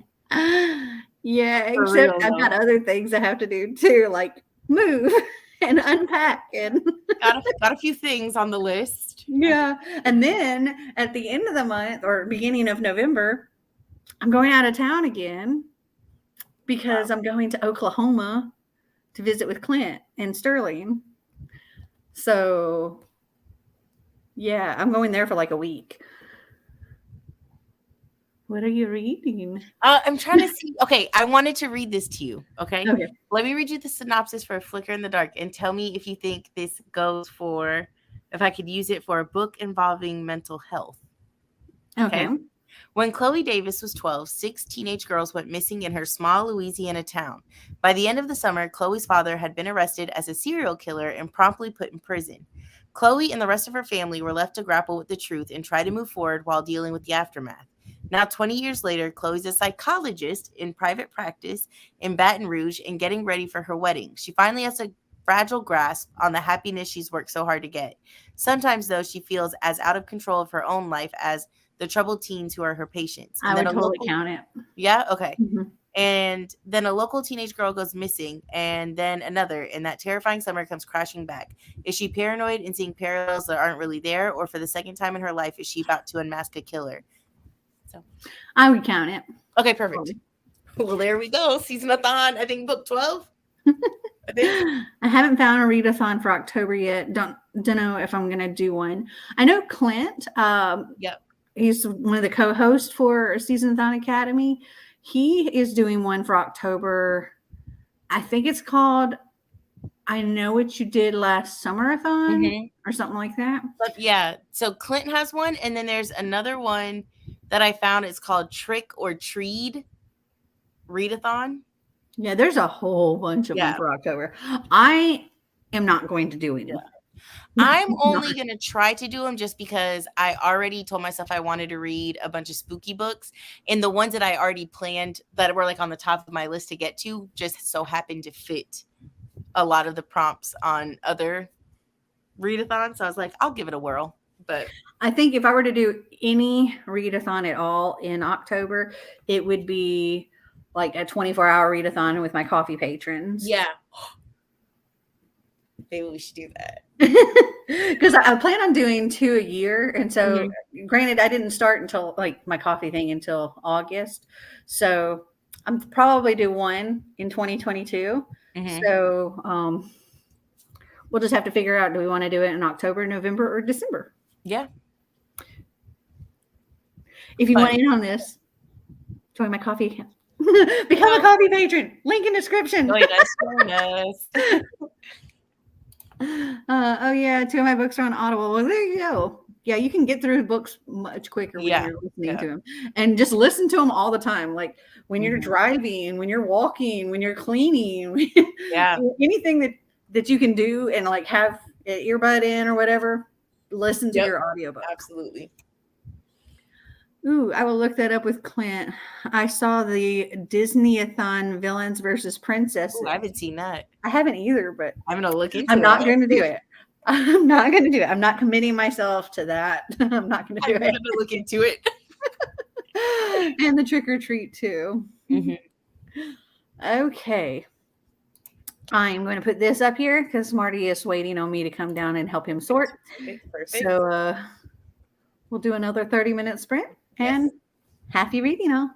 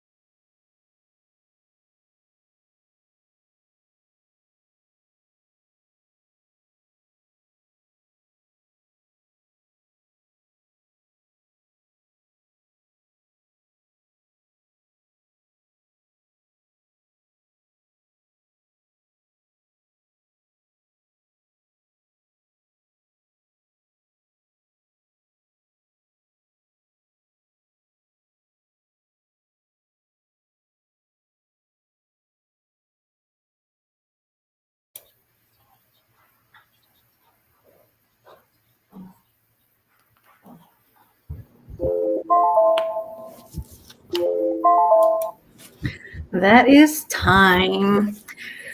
I only got to 61% in my book because the majority of the time I was sorting out, get rid of, doing real life things. Yeah. Yeah, I got only 5 pages into A Flicker in the Dark because I went on Book Outlet and placed my order. Do you want to know what I got? Yes. Okay. Okay. So I got The Girl Who Drank the Moon. I've heard people talk about that. And then by the same author, they had The Ogress and the Orphans. And I said, I'll give it a whirl. All right. Then there's one called Starfish. I put this in my cart before. I don't even exactly remember what it was, but I know it's like plus size rep, like something about her. She's so cute. Oh, not my audiobook trying to start again. Hold on. I will see if I can. When I think of Starfish, I think of Patrick Star. Yeah, no, for real. Can you see? Uh-huh. Yeah. Cute. So yeah, it's got like, I've never heard of it. It had a really good rating, but it's just, I was like, it looks cute. Oh my God. Wow. Holy smokes. Wow, that's sad. Yeah. Oh, wow. I saw him a few years ago in concert. Did you really? Mm-hmm. Wow. Yeah. He was at the I Heart the 90s tour. Oh, that would have been cool. Yeah, it was like him and Tone Loc and Salt and Pepper and wow, a bunch of awesome people. Wow. He came out in a straight jacket and cops holding him. Oh my God. Wow. A legend. Bethany says I'm going to be doing the Wacky Witches Readathon for October. It's by Peruses. Yeah, she does a lot of stuff with How to Train Your Gavin. Oh, okay.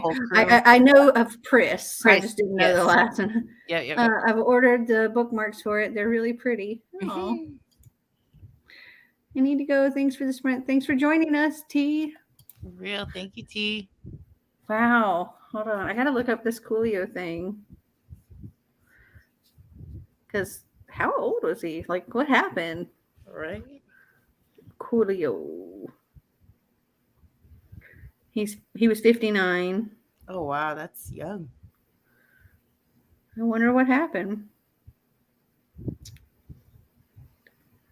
Like, it happened today. Yeah.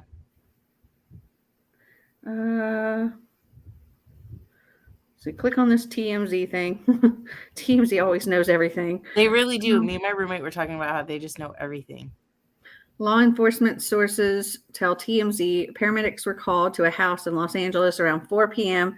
for a medical emergency, and when they got there, they pronounced Coolio dead. We're told police have opened a death investigation, but as of right now, there does not appear to be signs of foul play. However, our sources say the coroner will make a final determination following an autopsy. The rapper who achieved enormous success in the 90s was visiting a friend late Wednesday afternoon when he passed away. Coolio's longtime manager, Jerez, says Coolio went to the bathroom at his friend's house, but when he didn't come out after a while, the friend kept calling for him and eventually went in and found Coolio laying on the floor. We're told the friend called EMTs who arrived and pronounced Coolio dead on the scene, and Jerez tells us the paramedics suspect he suffered cardiac arrest. An official cause of death has not been determined. Wow. That's sad. Yeah. Gonna finish the chapter. Still listening to you guys, though. No problem. Yeah. He's in Gangsta's Paradise now. No, honestly, yeah. I was like, that makes my book call sounds trivial now. I'm like, oh. Yeah, like right as you said that, like started talking about it, that came up, and I was like, oh my gosh, I got to skip the other comments. Yeah. I got, I think it was 12 books because they were doing like buy 2 get 1 free. So I got The Road Trip, and then Finlay Donovan Knocks 'Em Dead. Oh, that's on there? Yeah, it's the second one. So I need to haven't get gotten the that. first one yet, but I had the first one. but it's like I've wanted to read it because everybody's loved it, and I'm just convinced that I also will like it. Then I got Good Girls Don't Make History, The Secret Bridesmaid, It Only Happens in the Movies, and then I got book 1 and 2 in the Prison Healer series. So the Prison Healer and the Gilded Cage. Honestly, the covers are just so beautiful to me that I was like, I need them. And then I got book 2 and 3 in the Montague siblings, like the Ladies' Guide to Petticoats and Piracy and the Nobleman's Guide to Scandal and Shipwrecks. But now I got to buy the first Add book. to cart. Oh, there's only 2 available. It says it's unavailable. Yeah, it says there's only 2 available. I'm like, oh, what can I add? What can I add? Yeah. Yeah. See? And that's why I was like, I got to do it right now. I got to do it right Oh, well, I guess that's what I'm doing the next sprint. Dang it. Sorry. I need to do it now. Yeah, Okay, yeah. so I think we need to like get to a sprint. Yeah, right now. yeah. Because I was saying, So I just added 12 books. I just to my TBR that needs to be knocked down. I gotta go book shopping. Oh gosh. I really don't need a book. Every I need to get rid of sprint, I books. always buy books. It's a sickness. I really don't need to buy books. And Marty would have a cow if he knew I'm buying books, but I'm going to anyway. Yeah, I can't wait to hear what you get though. Happy reading all.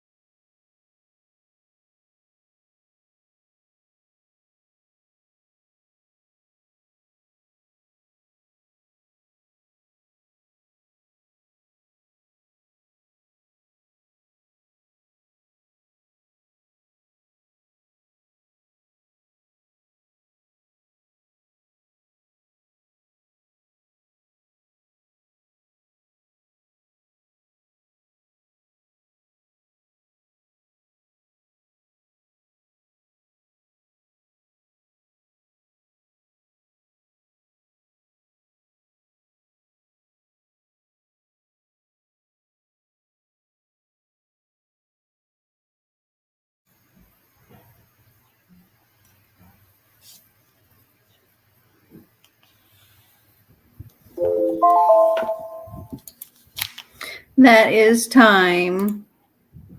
So I was stress shopping. I was just like, I gotta figure out what I want to get and order quick. Yeah, And by the time I figured it out, it was gone. No. Yeah. So I didn't place an order. Dang. All the way up until there was like only 2 minutes left, and I was like, and then it was gone. Oh. So I'm like, Dang. well, that was the only reason I was rushed, like Yeah. trying to do it because I was trying to get that book, but it doesn't. Man, I am sorry. I That's hate when okay. that happens. I know it sucks. For I was just real. like, there's only 2 left. Oh. And another thing I had in there also went away too. So I was like, well, crap.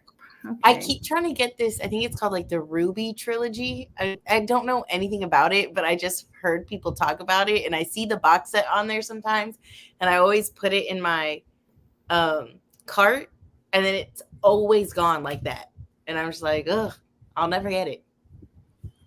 So Let's see, how much does it sell for? let me see. Just finished the Gilded Ones. Yay. That was good. Starfish. I also checked out Sarah Bouton's Guide to Vampire Hunting. Can't wait to read it. On the bright side, you save money and can now spend that on your new home. Yeah. But It doesn't feel like the bright side right now. Yeah. And I wouldn't have spent much with Book Outlet because I have so many rewards I can't use them all. Oh wow, yeah. And I so got 41 pages into my book. Yay. Yeah. I only listened to a couple more minutes of mine, so I'm still at 61%. Okay. So the box set goes for $22.99 on Amazon. So not bad at all. But I guess it's like a translated work. It is from German. Okay. I've read it. Oh, you have? Did you like it? It's okay. I know other people that are like they love it. Really? Mm-hmm. I'm like, let me just briefly go over the synopsis. Like, it's like time travel and stuff. Okay. Has to do with historical fiction. You know, I told you, I'm not sure if I love that, but in my mind, I'm gonna like this. It's not super like historical, but there's historical things mentioned throughout because they do like go back in time and stuff. Mm-hmm. Okay. See, now I feel though like I need to get like the first Finley Donovan book and the first one in that Montague, I think it's called, Siblings. Mm. Oh my God. Legit, look, to buy the first Finley Donovan book, it says on Amazon, only 2 left in stock. I have the first one. Right? You have the second one. That's crazy. Reading Well Met Now. Nice. I like that book. It's cute. Is that the one where they are like at a Renaissance fair? Mm-hmm. I think I started that one day and then I don't know. So I was going to sell that box set for $15. Mm-hmm. The Ruby box set. Oh. Because I actually have it. Oh. That was one thing I had unhauled. So I wasn't sure if $15 was like a good price or not. Yeah, I will much rather give you money than Amazon. Okay. Jeff Bezos doesn't need any more of my coins. Perfect. Delete that from my Amazon cart. Yeah, wonderful. It's in brand new condition. So perfect. Wow, wonderful. I started eating my hurricane snacks. I'm gonna fly through those. They say that, but it doesn't actually mean 2 left in stock. It's a marketing technique to make buyers think it's now or never, and usually makes them buy the item.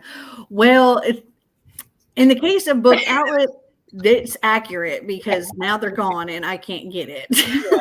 Yeah. No, and I will tell you, I am the person that they market for. I am the one that picks up every trinket on the way to the register. I am the one that falls for the okie doke. That's who I am. They'll get me every time. Wow, that's funny. Okay, so I'm definitely going to have to rebox your thing so that I can put your mystery book and the Ruby Red or the Ruby trilogy. Yeah. But still don't feel like pressured to send it quick. Like I'm not gonna get to it anytime soon. Okay. You know? Mm-hmm. You haven't seen what's back here, have you? I've not. Oh my God, is it back? Your mystery book has been sitting there this whole time unwrapped. Haven't seen it. I'm just like, let me scoot my chair over in front of it. You want me to close my eyes so you can move it? Oh no, it's okay. Okay. I'll be able to hide it without you seeing. Okay, perfect. I have not noticed a single thing. But I just happened to look at the screen and I was like, oh, let me just slide myself over, then I'll slide my chair over. Shift a little through the screen. That's funny. So for those of you that don't know, in my wine tier on my coffee patrons, each month I pick a book buddy of the month, and the book buddy of the month gets a box of goodies. Also, lots of goodies. Also, all of my wine tier people, they get a book each season from me, whether it's from their wish list or it's like a blind date with a book kind of thing or something. They get to choose. And she chose the blind date with a book, whereas Christina chose a book off of her wish list. So she's already gotten hers. Yeah. But I haven't mailed Dana's yet. But it's life. Fine. Yeah. If you guys don't know, Mel's literally done like 700,000 things in the last 30 days. For real. Oh my goodness, yes. Literally. Yeah. So, oh gosh, I was up here like stress shopping, and I'm like, Marty's thinking I was busy, and he came up the stairs, and I'm like, you're so protective. You're just like minimize window. I'm like, don't come over here. Don't see what I'm doing. It's like in Iron Man when Pepper Potts is like in there getting all the information off the computer, and Obadiah walks in, and she's like trying to minimize all the information. But like, yeah, so it's not like I would have spent much at all, but that would be getting more books and more stuff. Mm-hmm. Yeah. As he's like going through stuff to get rid of. Just add to the pile. I have 138 pages left out of 422. That's awesome. That's awesome. How's it going though? Like, are you enjoying it anymore? Or... I doubt it. Something tells me she's not. Me too.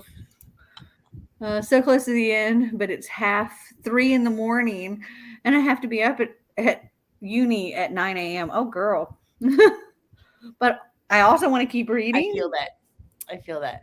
She was hate reading though. Hate reading, yeah. I'm just so sad for you because she just wants to finish it, so she's done. Exactly, but I've pushed myself to finish a book like that, and it put me in like a reading slump for like 2 months. But also, you have to be at school at 9 a.m. You should probably go to sleep. Yeah, really. It's bumped to a 2. Okay. Well, it was a 1 to 2. Now it's it's a good solid 2. That's still not good. It's still not promising. I hate it so much. The rating is incorrect. Wow.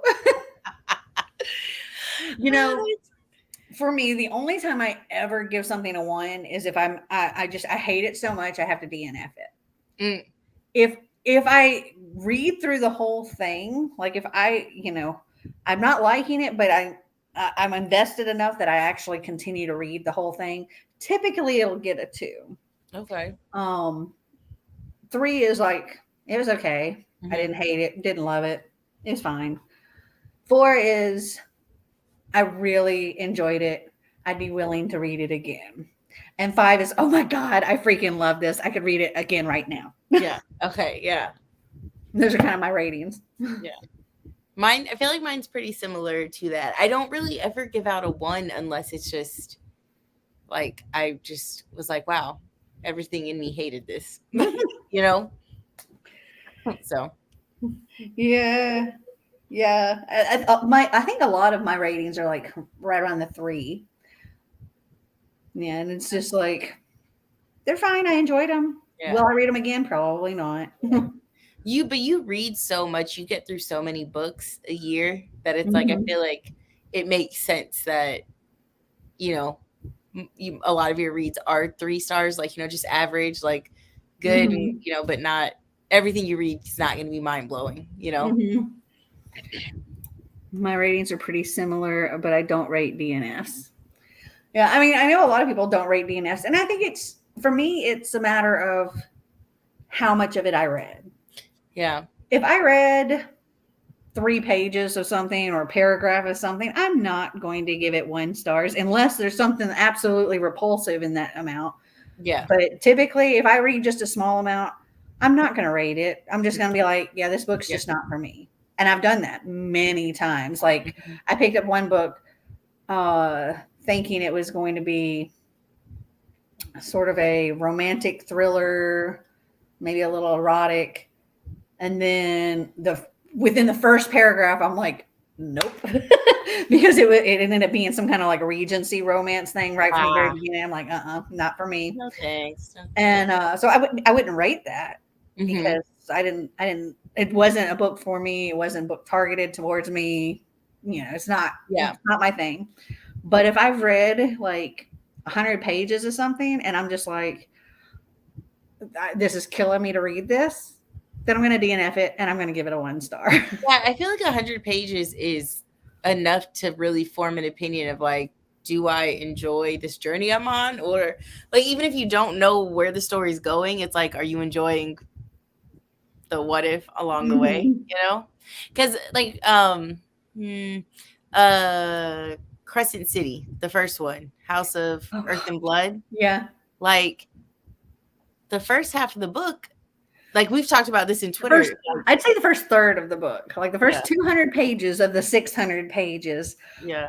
That was hard. Yeah. It was just like, if I would have stopped right there, like that would have been a 1, but I kept going because I had just so much faith in Miss Mass. Like, I just knew Sarah Janet could pull it out, and it ended up being 5 stars to me. The only reason I kept going is because of Kaylani. She kept telling me, just keep going, just keep going. It's worth it. Just keep going. And I was like, okay, fine. Like the first 200 pages were, it was rough. Yeah. And I definitely wanted to DNF it. Yeah. You and her were the ones that convinced me to keep going in the Twitter group. And I was like, okay, fine. Cause I was like, I love like the ACOTAR series. So I was like, I know she has the like has the potential to pull out a great story. I just was not enjoying the beginning. There was so much info dump in the beginning of the book. Yeah. But then like the middle third was like, okay, it's better. But it was like 3 stars ish. And then the last third was just like, I was like, okay, that would be a 5 star if it were just that. So I ended up giving it like 4, I think. 4. Hot take. What do you feel about Bryce and Hunt? Are you for them? Are you have you read the second one? No, I have not. Okay. And it's been so long that I'm just like, I can't, unfortunately, I'd have to reread it. Oh God. There's YouTube videos.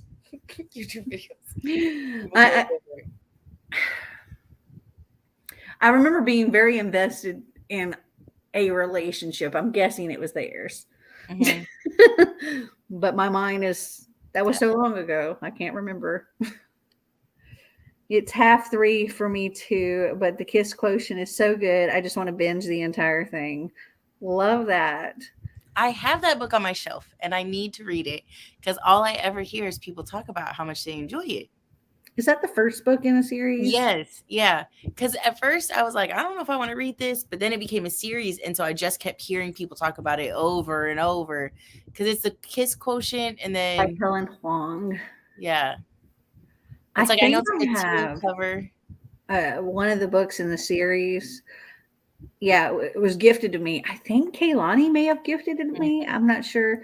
But I have book 2. I don't have book 1 or book 3, but I Is have it book book 2 the Heart Principle or something? No, that's book 3. The book 2 is the Bride Test.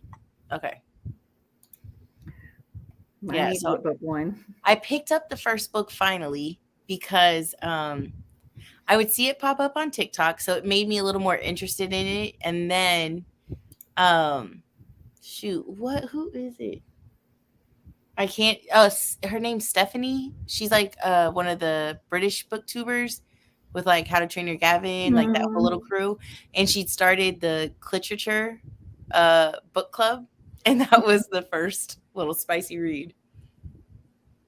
That's funny. Yeah, but I never That read was it. actually like that was something that I think me, Clint, and Kaylani were calling it at one point in time, and we were gonna make it our buddy read group, or not buddy read group, but our like the little Instagram group.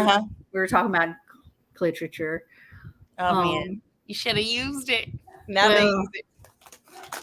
Then it was yeah, I think it's Steph Reed's. Yeah, I think so. Ginger red hair. Yes. I think we ended up going with Cox by Candlelight, which I'm not part of that group anymore. Oh. Yeah, I recently left because I disagreed with some things that some people were saying, and they very much disagreed with what I was saying. And then one person left the group because they were very disappointed in me not agreeing with them. And then I was like, you know what? Here, I'll leave. Wow. Drama. And I was like, you know what? I'm barely reading any of those books anyway. So yeah. That's crazy though. Dang. So I'm just like, I just don't need to share those, like, all of my opinions on everything, I guess. Yeah, but I feel like that's a fun part about like reading is that like we all have our own opinions on what we're reading. You know? It wasn't about it was about some other drama. Oh, okay. Not book related. Got it. Not exactly. It was about other online drama. That'll do it. So what are your hurricane snacks? Okay. So right now, well, I just ate during the sprint one of those Laughing Cow cups. It has like little like the cheese and the little like breadsticks. And then I've got some pistachios. And then I have a Krispy Kreme wafer bar by Nature's Valley. And about 5,000 other snacks because we went to a Sam's Club and we went ham. Like, it just be like, wow, would this be yummy to eat? Let's get it. And there we are. Hurricane snacks. Yeah. I wish I had some hurricane snacks right now. Listen, it's always the struggle to like not eat all your snacks in the beginning. My friend posted on Facebook. She was like, it was like 8 a.m. And she goes, me and my hurricane snacks are just staring at each other. Like what we about to do? You're gonna eat them all before the hurricane. That's usually what happens. You eat all your snacks and then you're just like, oh. So we bought extra so we could snack throughout. Split them up, going, okay, here's your before hurricane snacks, here's your during hurricane snacks, and here's your other like after hurricane snacks. That's it. That's it. That's exactly right. it. Let me put this back on here. Also, A Flicker in the Dark so far is really good. Good. Yeah. I'm so bummed about not getting that book. Yeah, that is so sad. Boo-hoo. All right. I've got to get some more work done since I spent that last half hour pretty much doing nothing. I've decided I'm finishing this before bed. Yikes, you're committed. I love that for you. Good luck. Hate it in the morning. Happy reading, all.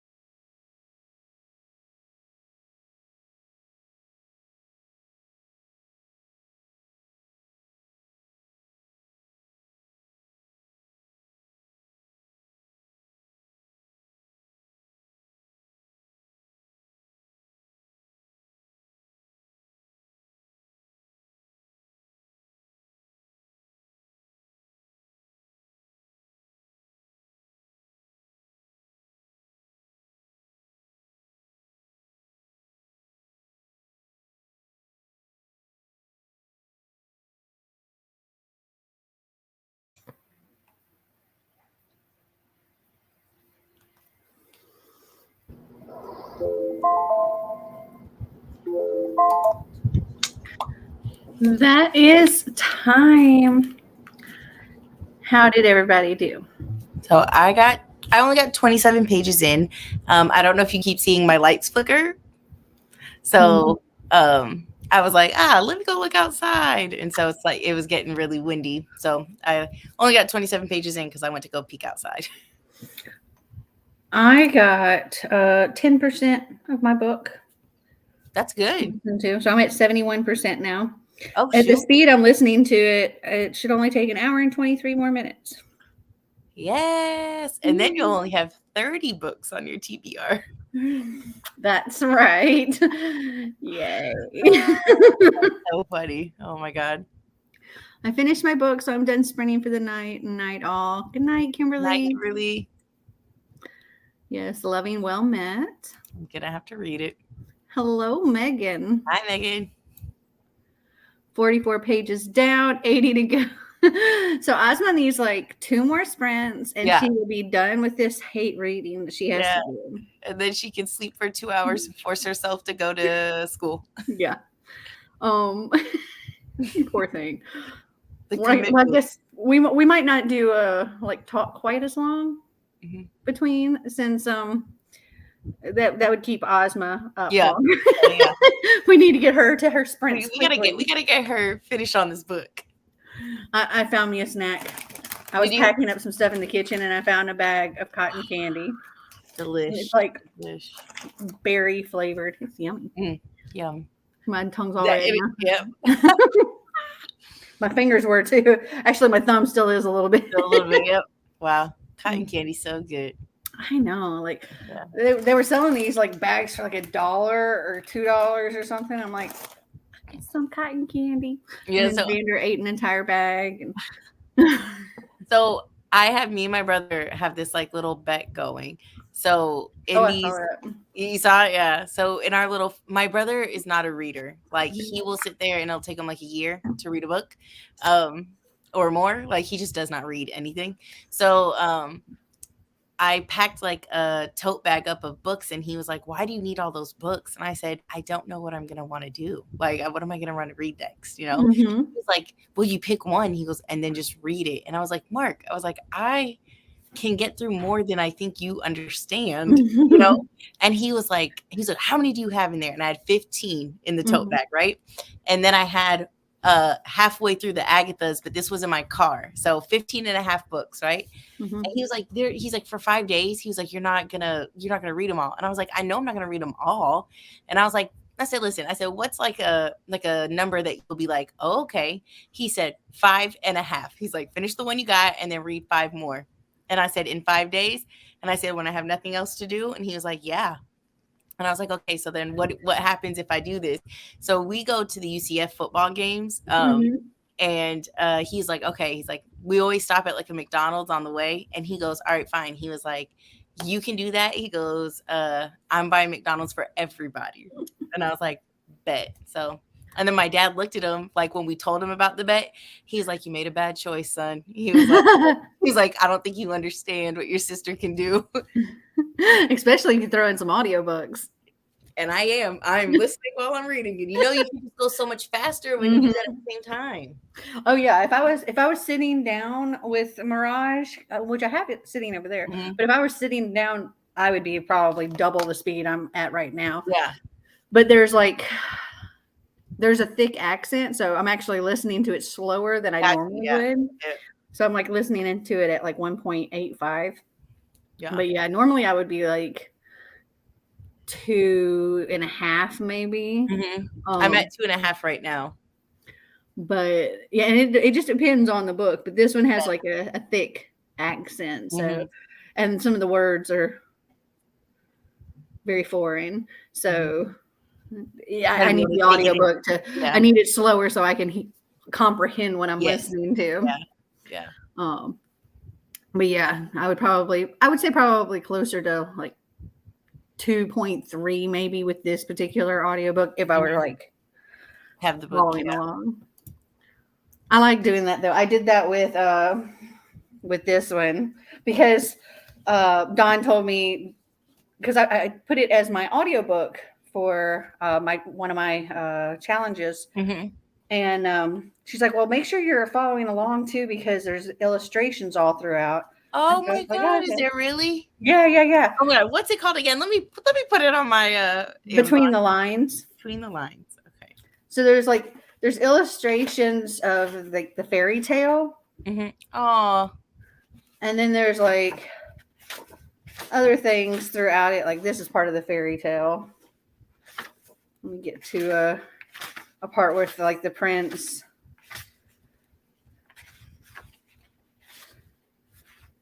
This got like a books there. That's cute. We got like Seraphima, the princess there. Wow. Yeah. You might see him like, here's him trying to reach out of the book. Oh wow, yeah. So I just looked it up on Amazon. This is one of those odd ones where the hardcover is cheaper than the paperback. Oh. Yeah, but look, it says only one left in stock. They're trying to get me again, Asma. They're trying to get me. Add to cart. So she said, LOL, I'm reading alongside listening to you guys. Do not worry about me. She's like, I'm not stopping for the talking. I got to get this gone. I love that. I'm listening to Harry Potter book 1. 1 more minute left. Wow. Not done. Yeah. Halfway through my book now. I can already say it's going to be 5 stars. Yay. I forget. What are you reading? I cannot remember. I know. I can't either. I love Jodi Picoult. She's one of my favorite authors. Yeah, I ended up giving this 5 stars. I loved it. Yeah. I got it. I'm almost 23, and this is my first time actually getting to read Harry Potter series. I've seen all the movies, just never read them. I saw that. Yeah, right? Well, I'm 32, Lindsay, and I've watched them all and never read them. I will eventually. I think it was like 4 years ago that I read them for the first time. Yeah. And I hadn't even watched the movies. Like, I avoided the movies and everything until I read the books. Wow. But now those are going bye. Yeah. She's anyway. LOL, do not fall into temptation. It's too late. I'm just thinking, do I need to add one more to it? Because I've got 3 in there. Do I need to add a 4th just for the sake of it? Could you, ain't you gonna, if I asked you, would you want to buy a book tonight? That's it. Oh, yeah. Quotient. Oh, yeah. Yes. We had a whole conversation about it. I know. But we've talked about so many different books. So many things. It's hard to keep up with which books we've talked about. Like, which books connect with who. Mm-hmm. All right. Do we want to just hop right back into another sprint? Yeah. Because I also want to finish eating this cotton candy. Yes. Oh, wait. Hold on. Close the tab. I put my phone down. We'll see. What do you guys think of Shadow and Bone if you have read them? I've read most of them, and I very much enjoyed them. I have not. I need to, but I haven't. I want to read them so I can watch a show. I've only watched like the first episode of the show, and Marty and I started the second episode, but Xander was being very distracting. All right. Happy reading all.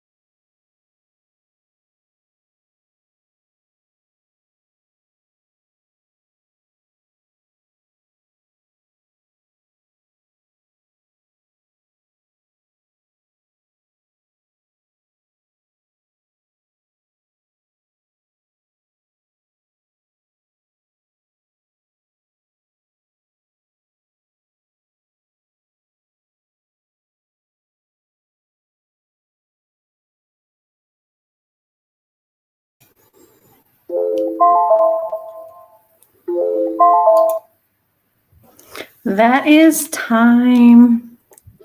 How did you do? 29 pages. Not bad. I took a couple minute break and submitted my Amazon order. Ozma, she did not close Ozma, the I didn't listen.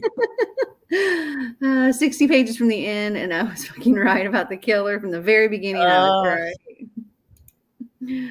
280 pages into Well Met. Nice. Good job. I got to 79% of my book, and I sped it up a little bit because I was like, okay, it said I had an hour and 2 minutes and a few seconds. And I was like, I need to speed it up so I can do it in 2 more sprints and get it done. So I sped it up to 1.95. I might speed it up to like all the way up to 2 if I can like still follow along and get it done. Nice. Over 2 more sprints. Get it done tonight so I can start something else tomorrow. Yeah. Because I still need to do Christina's book too that I pulled for my coffee patrons on the wheel. Also, if you don't know, my coffee patrons all get to put things into a coffee mug for a permanent place on my wheel. And so if I land on the coffee spot on my wheel, I have to pull from that mug. Except for this month because I didn't have my mug. It's packed. Yeah. So that's why you read spoiler alert, and that's why that will be the next one I read. Yeah. No, that's not why I read spoiler alert. I read spoiler alert because that's the one that you picked for because of the book buddy. Yeah. I'm reading the Stardust Thief because of that spot. Yeah. Because I had to pull it. I can tell you that came up a couple of times. In my wheel this time. And of course I didn't have a cup. So that's why I was asking the group. Okay. Yep. Got it. I was like, I need prompts. You need prompts. Or I need books. Yeah. Okay, good. Perfect. So you'll have to see who's you already know one that I picked because I said, okay, I'm reading that. Unfortunately. Yeah. Yes. When T said that book, I was just like, yeah, it was like, really? And she's like, unfortunate for me. I felt bad for you though. I was like, those are big books. Yeah. I'm 37% into The Flock by J. Todd Scott. I haven't heard that one. Yeah. That's definitely not a series I've ever been drawn to. And they're all massive, but I know everybody loves it. So, but I'm like, everybody also loves the Game of Thrones. Yeah. And that's not my kind of thing. So I'm hoping that this is not like that. So yeah. I'm going to be reading a booktube darling. We can't wait to hear what you think. A big one in October. I'm like, she couldn't give me like the smallest book possible for my already ridiculous, knowing I was going to have a ridiculous TBR. Yeah. Yeah. My cards against my TBR will be up this Sunday instead of Saturday. Okay. And then my wheel of TBR, I think, will be up on Tuesday, the 4th. Because I have some vlogs that have to come out quick.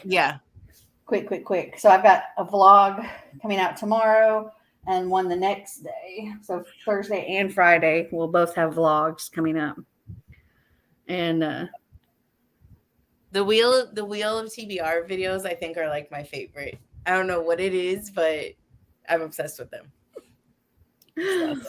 They're all oh no. I've already attempted House of Leaves and I hated it. That is not a booktube darling, because like some people loved it, some people hated it. I hated it so much. How far did you get into it? I want to say around, I think like 80 pages or something like that, but the writing is tiny and it's all written weird, and it was just, I hated it so much. It was awful. I've never read that. I don't recommend it. I hated it with a passion. I hated it. It was one of the Prime first reads this month. It's about a cult who believes the rapture is coming soon. It's pretty good so far. Interesting. Okay. The Wheel of TBR is my favorite as well. Mm-hmm. Please tell me it's not Crescent City. I've already read Crescent City. Yeah. We just got to get her to read the second one. Or one of the new Cassandra books. I'm already reading those anyway, but no, it's something else. Something that everybody apparently reads and loves. To me, it gives off Game of Thrones vibes. Yeah. To give you an idea. It gives off those kind of vibes. High fantasy. Big. Big. A tome. I know, a month when I have so much. He's like, yay. Haza says, where can wait? I got to guess this book. Okay. Well, I mean, we're like 9 hours into this, so I think I can probably tell this one thing, or I can give hints, and people y'all can earn this at this point. I can give hints, and y'all can try to guess. Dana already knows because she saw the chat in the coffee thing, but it is by a male author.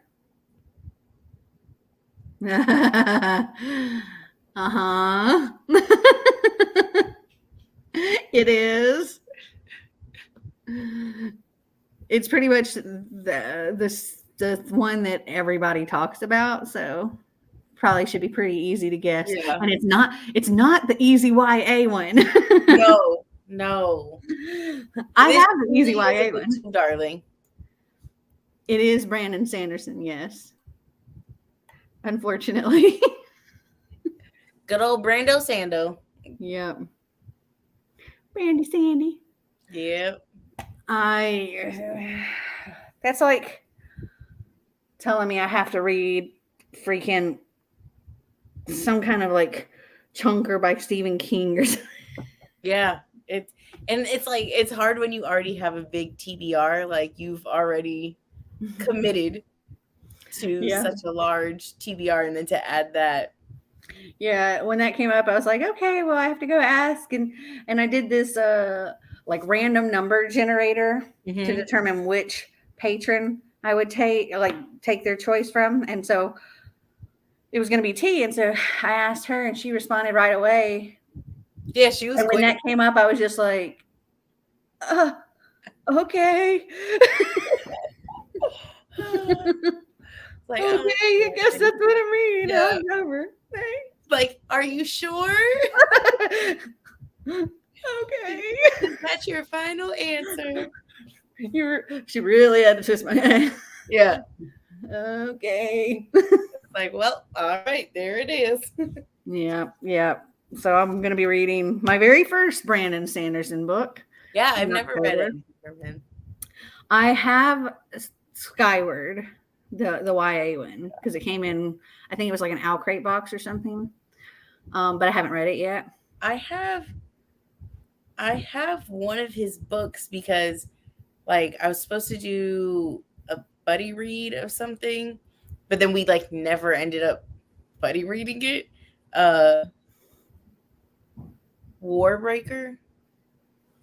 Is that part of one of the series? It's the first in the Warbreaker series. Oh, okay. So I've never read it, but I think there's only 2 books in this series. It's like a little duology. Well, I'm just kidding. No, okay. There seems to be.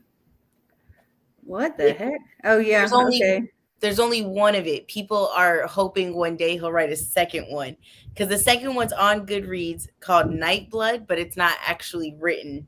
Yeah. Yeah. So it came out in 2009, I guess. And so people are hoping one day he'll, I guess, venture back into that. I bought that famous white cover trilogy 2 years ago, but never got the chance to read it. And then I ended up loaning it to my brother and haven't seen it since March this year. Just not meant to be. Ugh. So that famous white cover trilogy, which trilogy is that? We don't know anything of him. I don't know what the white cover trilogy is. Me either. Now it makes me want to like Google. He's got so many books though, like it would be hard to figure out, and there's so many editions of it. The first book is called The Final Empire. Oh. Yeah. Okay. That's what I'm reading. There you go. I know. As soon as like I Googled it, was like the Mistborn trilogy. I was like, Yeah. Mistborn. It's the Mistborn trilogy. Yes. Yeah. I'm reading the Final Empire. Yeah. Yeah. Yeah. I mean, it's only 541 pages. Yeah. You got this. It's tiny writing. Apparently. I know. It's like I saw that and I was like, ooh. I'm gonna have to see if I can get it from my library. Yeah. Because I don't want to buy it unless, I read it and then I'm like, yes, I love it. Yeah, I was gonna say, I was like, what if you end up hating it? Yeah. It'll be like staring at you. Well, no, I would just unhaul it, but True. I would. Yeah. That book is like 700 pages at the tiniest. Oh my God. Okay, so the one I'm seeing on here, like this particular hardcover, is 541 pages. But let me look at the other. Okay, here, the one in the white. Yeah, the white cover one is 672 pages. Why she gotta be like that? Why she gotta do me that way? And she was just so ready with it. That's She's it. like, I guess Mistborn. I'm like, Like, okay. You want to think about that for a minute? It's font size 9 to me. Mistborn was an amazing series. I'm on book 6 of the series. How long is this series? Let's see. Oh,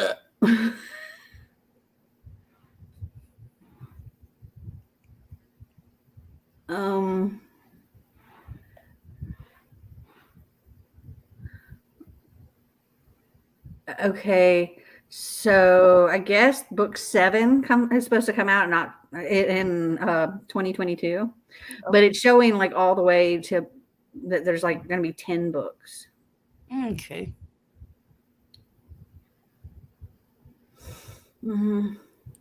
Well, if you end up loving it, you got a new series for the long haul. Yeah. Yeah.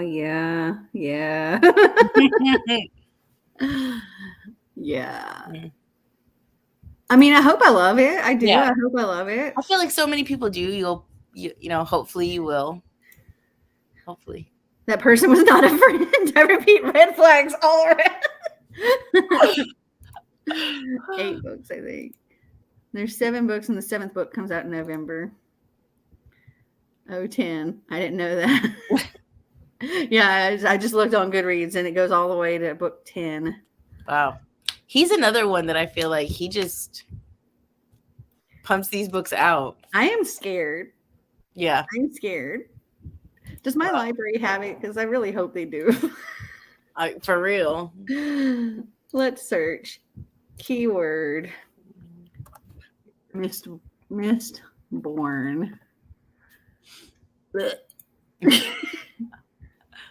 Yep, they got it. They do? Yep, they got it. Well, okay, that's a digital one. Hold on. That's a ebook. And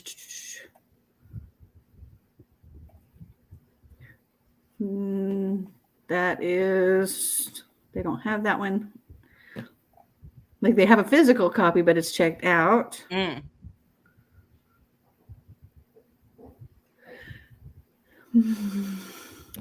Maybe I can just listen to it. Maybe it's on one of my multiple things here. Yeah. Here's hoping. Fingers crossed. Let's see. Mistborn. Is it on Hoopla? Let me put in the Final Empire. The Final Empire. It is not on my Hoopla. Okay. Now I'm going to check Scribd. Surely it's on Scribd. It's not on my Scribd. Really? Yeah, but I know sometimes like the algorithm is different for Warbreaker is. Okay. Oh shoot. Okay. There's a PDF of the Final Empire on here, but no audiobook. Well, let me click on view all audiobooks. Secret History, Shadows of Self, Warbreaker. There's a few, but not what I need. Okay, do we have it on Libby? I might just have to. Let's see. Please be somewhere. Final Empire.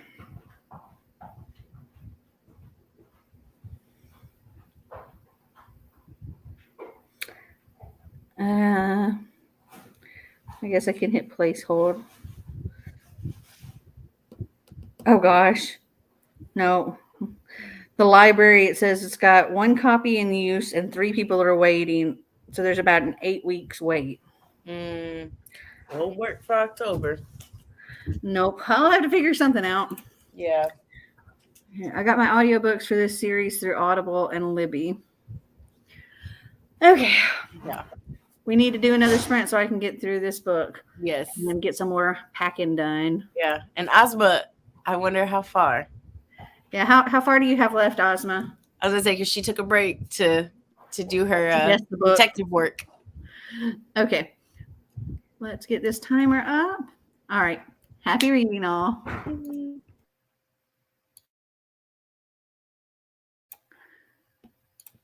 She's got 30 pages.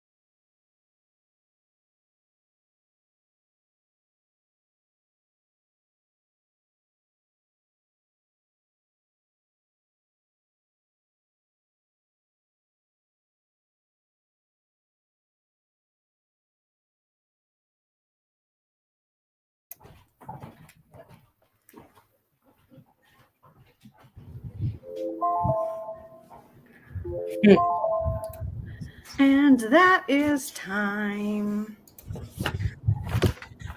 How far did you get into it? Food. Huh? Said Marty just brought me food. Ooh. Got some Taco Bell. Oh, I'm jealous. Got me a chicken quesadilla. Wow. Crunchy taco. And this new drink is so good. It's called Mango Whip.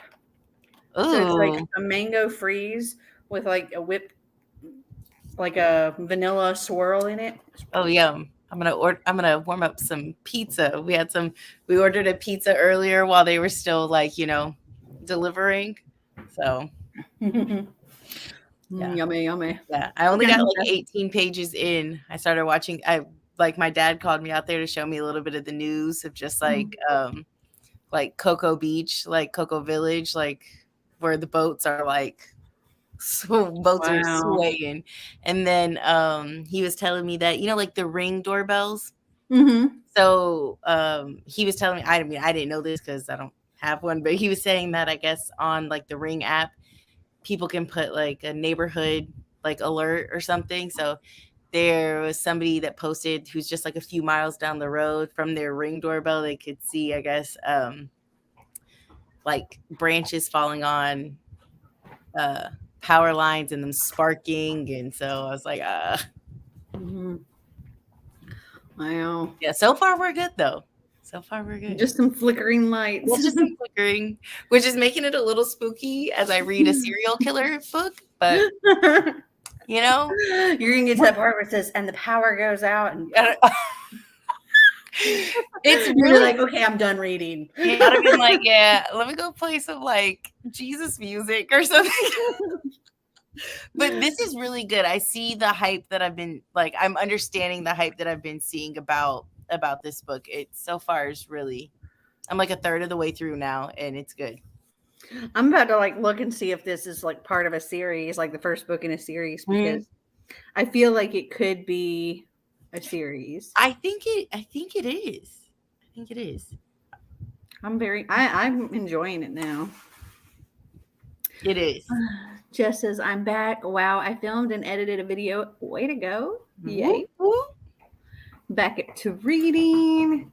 Finished Well Met. Ooh. What did you rate it? Tell us. Share your thoughts. Yeah, there's like 3 books in that series now, right? That Well Met series. Something like that. Yeah. Mm-mm. Wow.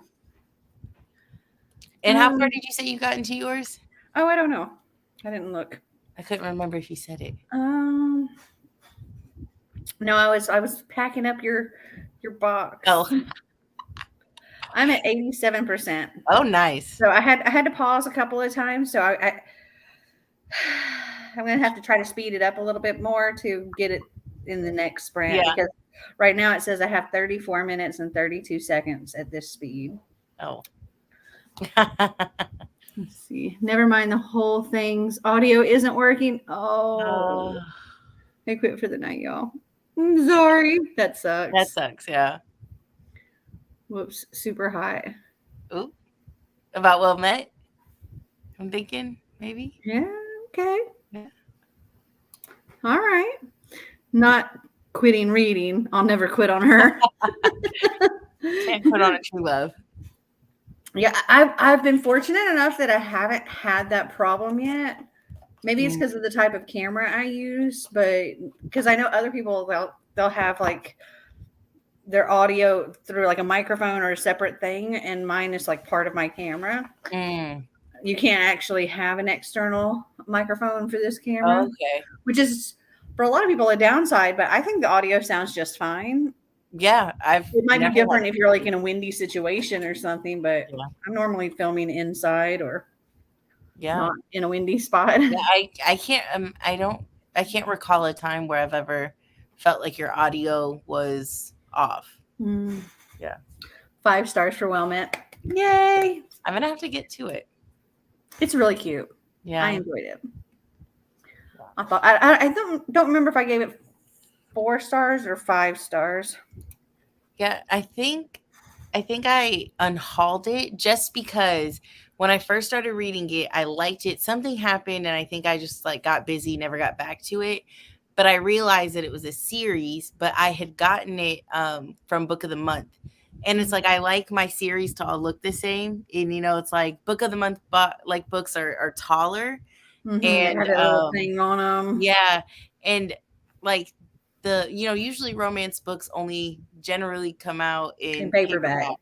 And so like the OCD in me, I was just like, I remember when I stopped reading it, it wasn't because I didn't like it, just I got busy. And I was like, you know what, I'll go ahead and put it in my unhaul pile because I want to get it in paperback to actually read. I have it in paperback too. Yeah. Jess said it happened somewhere in the export process, so hopefully I can fix it after some research. Fingers crossed, Jess. I have had that happen. And it's not fun. Starting Well Played next. That's book 2. Nice. Done. Yeah. Congratulations, Ozma. You can actually go to sleep now. Yeah, congratulations. But just tell us what the final rating was and then sleep. I'm guessing the final rating was a 2. Yeah. That's my guess. But we do want to know. Yeah. Because you hate read the whole thing. The whole thing. Yay.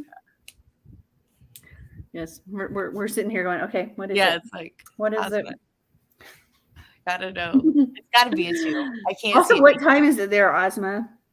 I feel like it's probably like 7:30 in the morning, and she's got to be at class at like. She said 9, I think. Oh, that is tough. Maybe it's not 7:30. Maybe it's like 5:30, but still. I wouldn't be able to function. No, I would definitely skip class, and that's coming from a teacher. Like, not gonna be there. I would unintentionally skip. I would because I'd sleep through it. Yeah. Like every intention to get up and go, and then not. It's only 9:35 p.m. for Drew, and I'm reading late night again. LOL. It is 12:35 a.m. here. Same. I know it is way later for Ozma because a couple of hours ago she said it was 3 a.m. Yeah, no, for real. Yeah. Maybe she's passed out. Like, oh wait, no. I was like, maybe it's like she finished and So the first 300 pages sucked ass. The last 100 pages where it picked up the pace, but it was just so stereotypical in a way. I don't know how to explain it other than I hated reading it. So yeah, overall 3.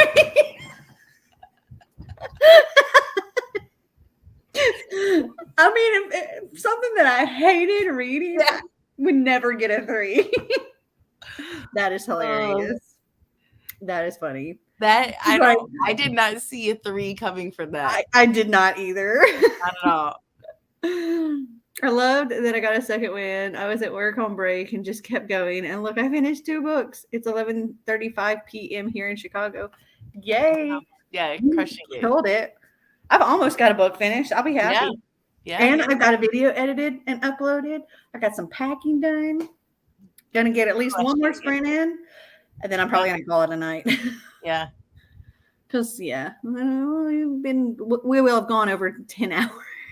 Again. I love it though. I love it.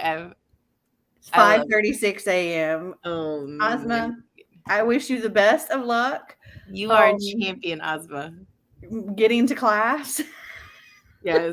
I need to know if you make it to class. Like, I'm supposed to be up at 7:30, so. Oh my God. If I were you, I would be afraid to even go to sleep at this. I was about to say, I was like, I would have to stay awake. Yeah, because me, if I were gonna have to like wake up that quickly after staying up that late, I would not wake up when I'm supposed to. I would just sleep right through. So for me, and like when we were flying back from Canada, like after that whole Alaskan cruise thing. There was a time when we had to get to the airport super early in the morning, and there was only going to be a couple of hours like that. Mm-hmm. Everybody else got to go to sleep. I stayed up to make sure everybody woke up. Yeah, Ozma, go take a shower and then go treat yourself to a nice breakfast if you really want to get to class. Drew wants to do a longer sprint this time. We could do a 40-minute sprint, and then I don't have to speed up my book. There you go. Yeah. Okay, let me change my time here. Do 40 minutes. I'm going to sprint with Golden Boys next. I need to go further with this one. She said she's charging on with book 3. Yep. All right. Wait, hold on. LOL, the plan was shower and then lie down and stretch my muscles. Girl, you know if you lie down, you're not getting up. I was like, that's dangerous. Don't do it. Don't do it. Don't do it. No, but I didn't listen. I didn't listen when you told me to close the tab on Amazon. So I get it, sis. You got to do what you gotta do. If you lay down and you get all comfy and stretch out, you'll be like, and that'll be it. You'll be asleep before you finish that first yawn. Mm-hmm. Knocked out. Like your head will barely touch the pillow, and then it'll be over. Yep. For real. Thank you for the sprints. I had a wonderful time and really love the moral support. Should I hire you guys as my cheer team? Woohoo! We got you. I'm available. All right. Have a good rest of your day, Ozma. I'm gonna have a good sleep, but no, I don't recommend that. Yeah. Have a good shower and stretch. Yep. Yeah. Good luck. For real. All right. I'm gonna warm up and get to reading. We are going to do a 40-minute sprint this time. Gonna get this book finished, and then I'll probably get some sleep. Yeah. All right. Happy reading, all.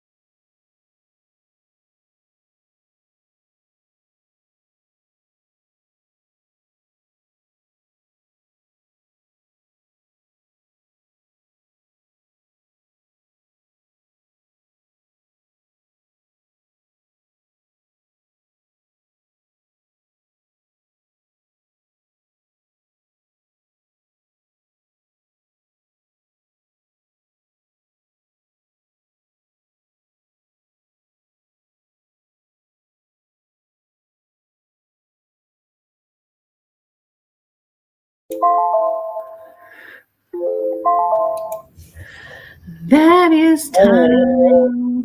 That one scared me. Like, Me too, because I was doing something and I was like, oh, yeah.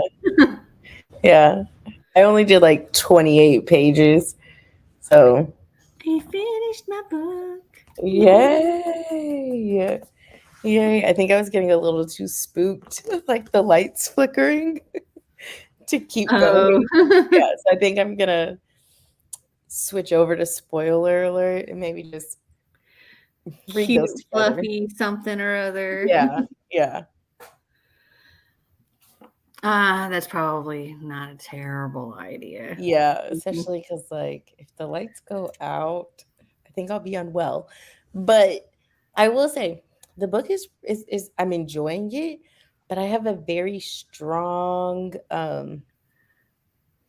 like feeling on who the Mhm. the killer is, and I gotta say, if I read this whole book and it really is that person, Uh-huh. I'm be upset. And I feel like I'm wrong because it has like, a 4-star on Goodreads, and Uh-huh. I'm not always the greatest with like being able to pick up on things. So I'm thinking that like there's probably going to be a twist that I really obviously don't see coming, but I don't know. It's good, but now I'm skeptical. Mm. Yeah. How did you end up liking Mirage? I liked it. I think I would probably give it like a 3.5. Okay. I actually looked on Book Outlet to see if book 2 is on there, and it Mhm. is, but it's paperback, and I have. So I'm like, I don't know. Book What I outlets wanna got you do. back. Oh yeah, it it did, It's it just did. it's just when it's such good deals, it's Mm-hmm. hard to pass up. Yes. Yeah. Let's Because see. I got those 12 books and I think I paid like 86 or something. It was buy two, get one free, but like I think all of them that I got were hardcovers. And so that's not bad. Yeah, let's Yeah. see. I'm going to change where I get shipped to. Create a Oh, new yeah. address. Wow. Yeah, because it takes so long to get them because they come from Canada. Make this my default shipping address. Oh, didn't put the state in. No country, state. Verify. Yeah, that's the address. Yep. Okay. So I'm gonna do that, and I'm gonna pay a whole $7.24. Place order. How many books did you get? 9. Nice. Awesome. I love that for you. I got a graphic novel. I got Spell on Wheels, Volume 2. I got 1,000 Ships by Natalie Haynes. I got The Paris Apartment by Lucy Foley. Okay. The Atlas 6 by Olivia Blake. 100 Drives, 5,000 Ideas, Where to Go, When to Go, What to Do, What to See. Okay, love that. Love that. A Flicker in the Dark. A Beginner's Guide to Knitting. Okay. A Beginner's Guide to Sewing by Hand and Machine. I've had a sewing machine for, I don't know, like 10 years, and I've never used it because I don't know how. Okay. And Night Bitch by Rachel Yoder. Nice. Nice. I had the Atlas 6 and then pretty sure I unhauled it. Like I just didn't feel like it was something I was gonna read right then. Like I started reading it and I didn't give it a long time, but I just got so bored with it. Like even in like the first like 10 pages that I was like, I'm not doing this. But then I know somebody else that read it and they really enjoyed it. So Yeah, some of the other things I had that I was trying to get, but that would go away. I had, Finley Donovan Knocks 'Em Dead. I had Elizabeth the Queen, The Life of a Modern Monarch. I had The Night Shift by Alex Finley. Oh, actually, it looks like the Queen Elizabeth one went back on. Maybe somebody canceled something. Maybe, yeah. But yeah, Night Shift went away. It's still gone. But I'm good. Yeah. I'm thinking about getting this one called The Things She's Seen by and a billion Kawambulina. Okay, so I think let me double check that this is the author I'm thinking of. Because I read another book. Yes. Okay, never mind. That's the same book I've already read, and I gave it 5 stars. Okay. The Things She's Seen. It's very short, like 208 pages. Oh, okay. That is quick. But it's so good. Is it nonfiction? No. No. So let me remove what they have on here is a paperback. What I have is a paperback. This is just a different cover. It looks cool. And what's it called again? The Things They've Seen? The Things She's Seen.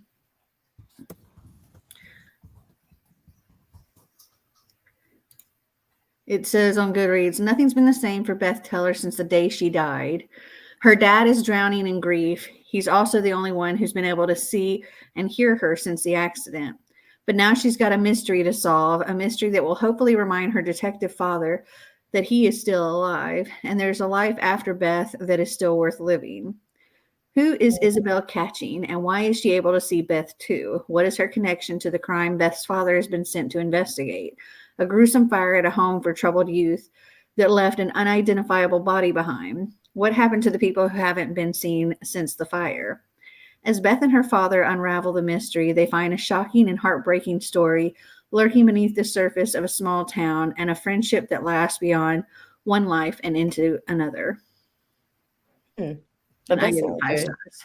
Yeah, I just looked it up on there. So, do you have the cover that's like with a butterfly? Mm-hmm. Yeah.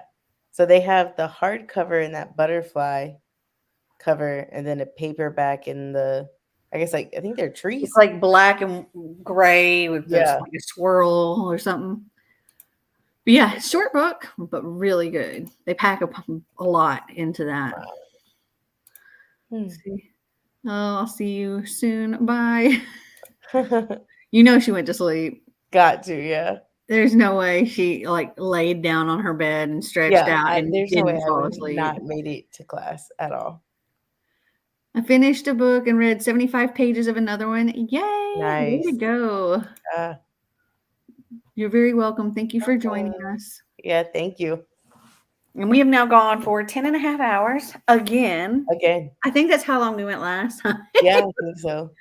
Like, I want to say it was right at 10 and a half hours. Those are some long reading sprints. Yeah, but I get so much read. Like, I really do when we do these. Mm-hmm.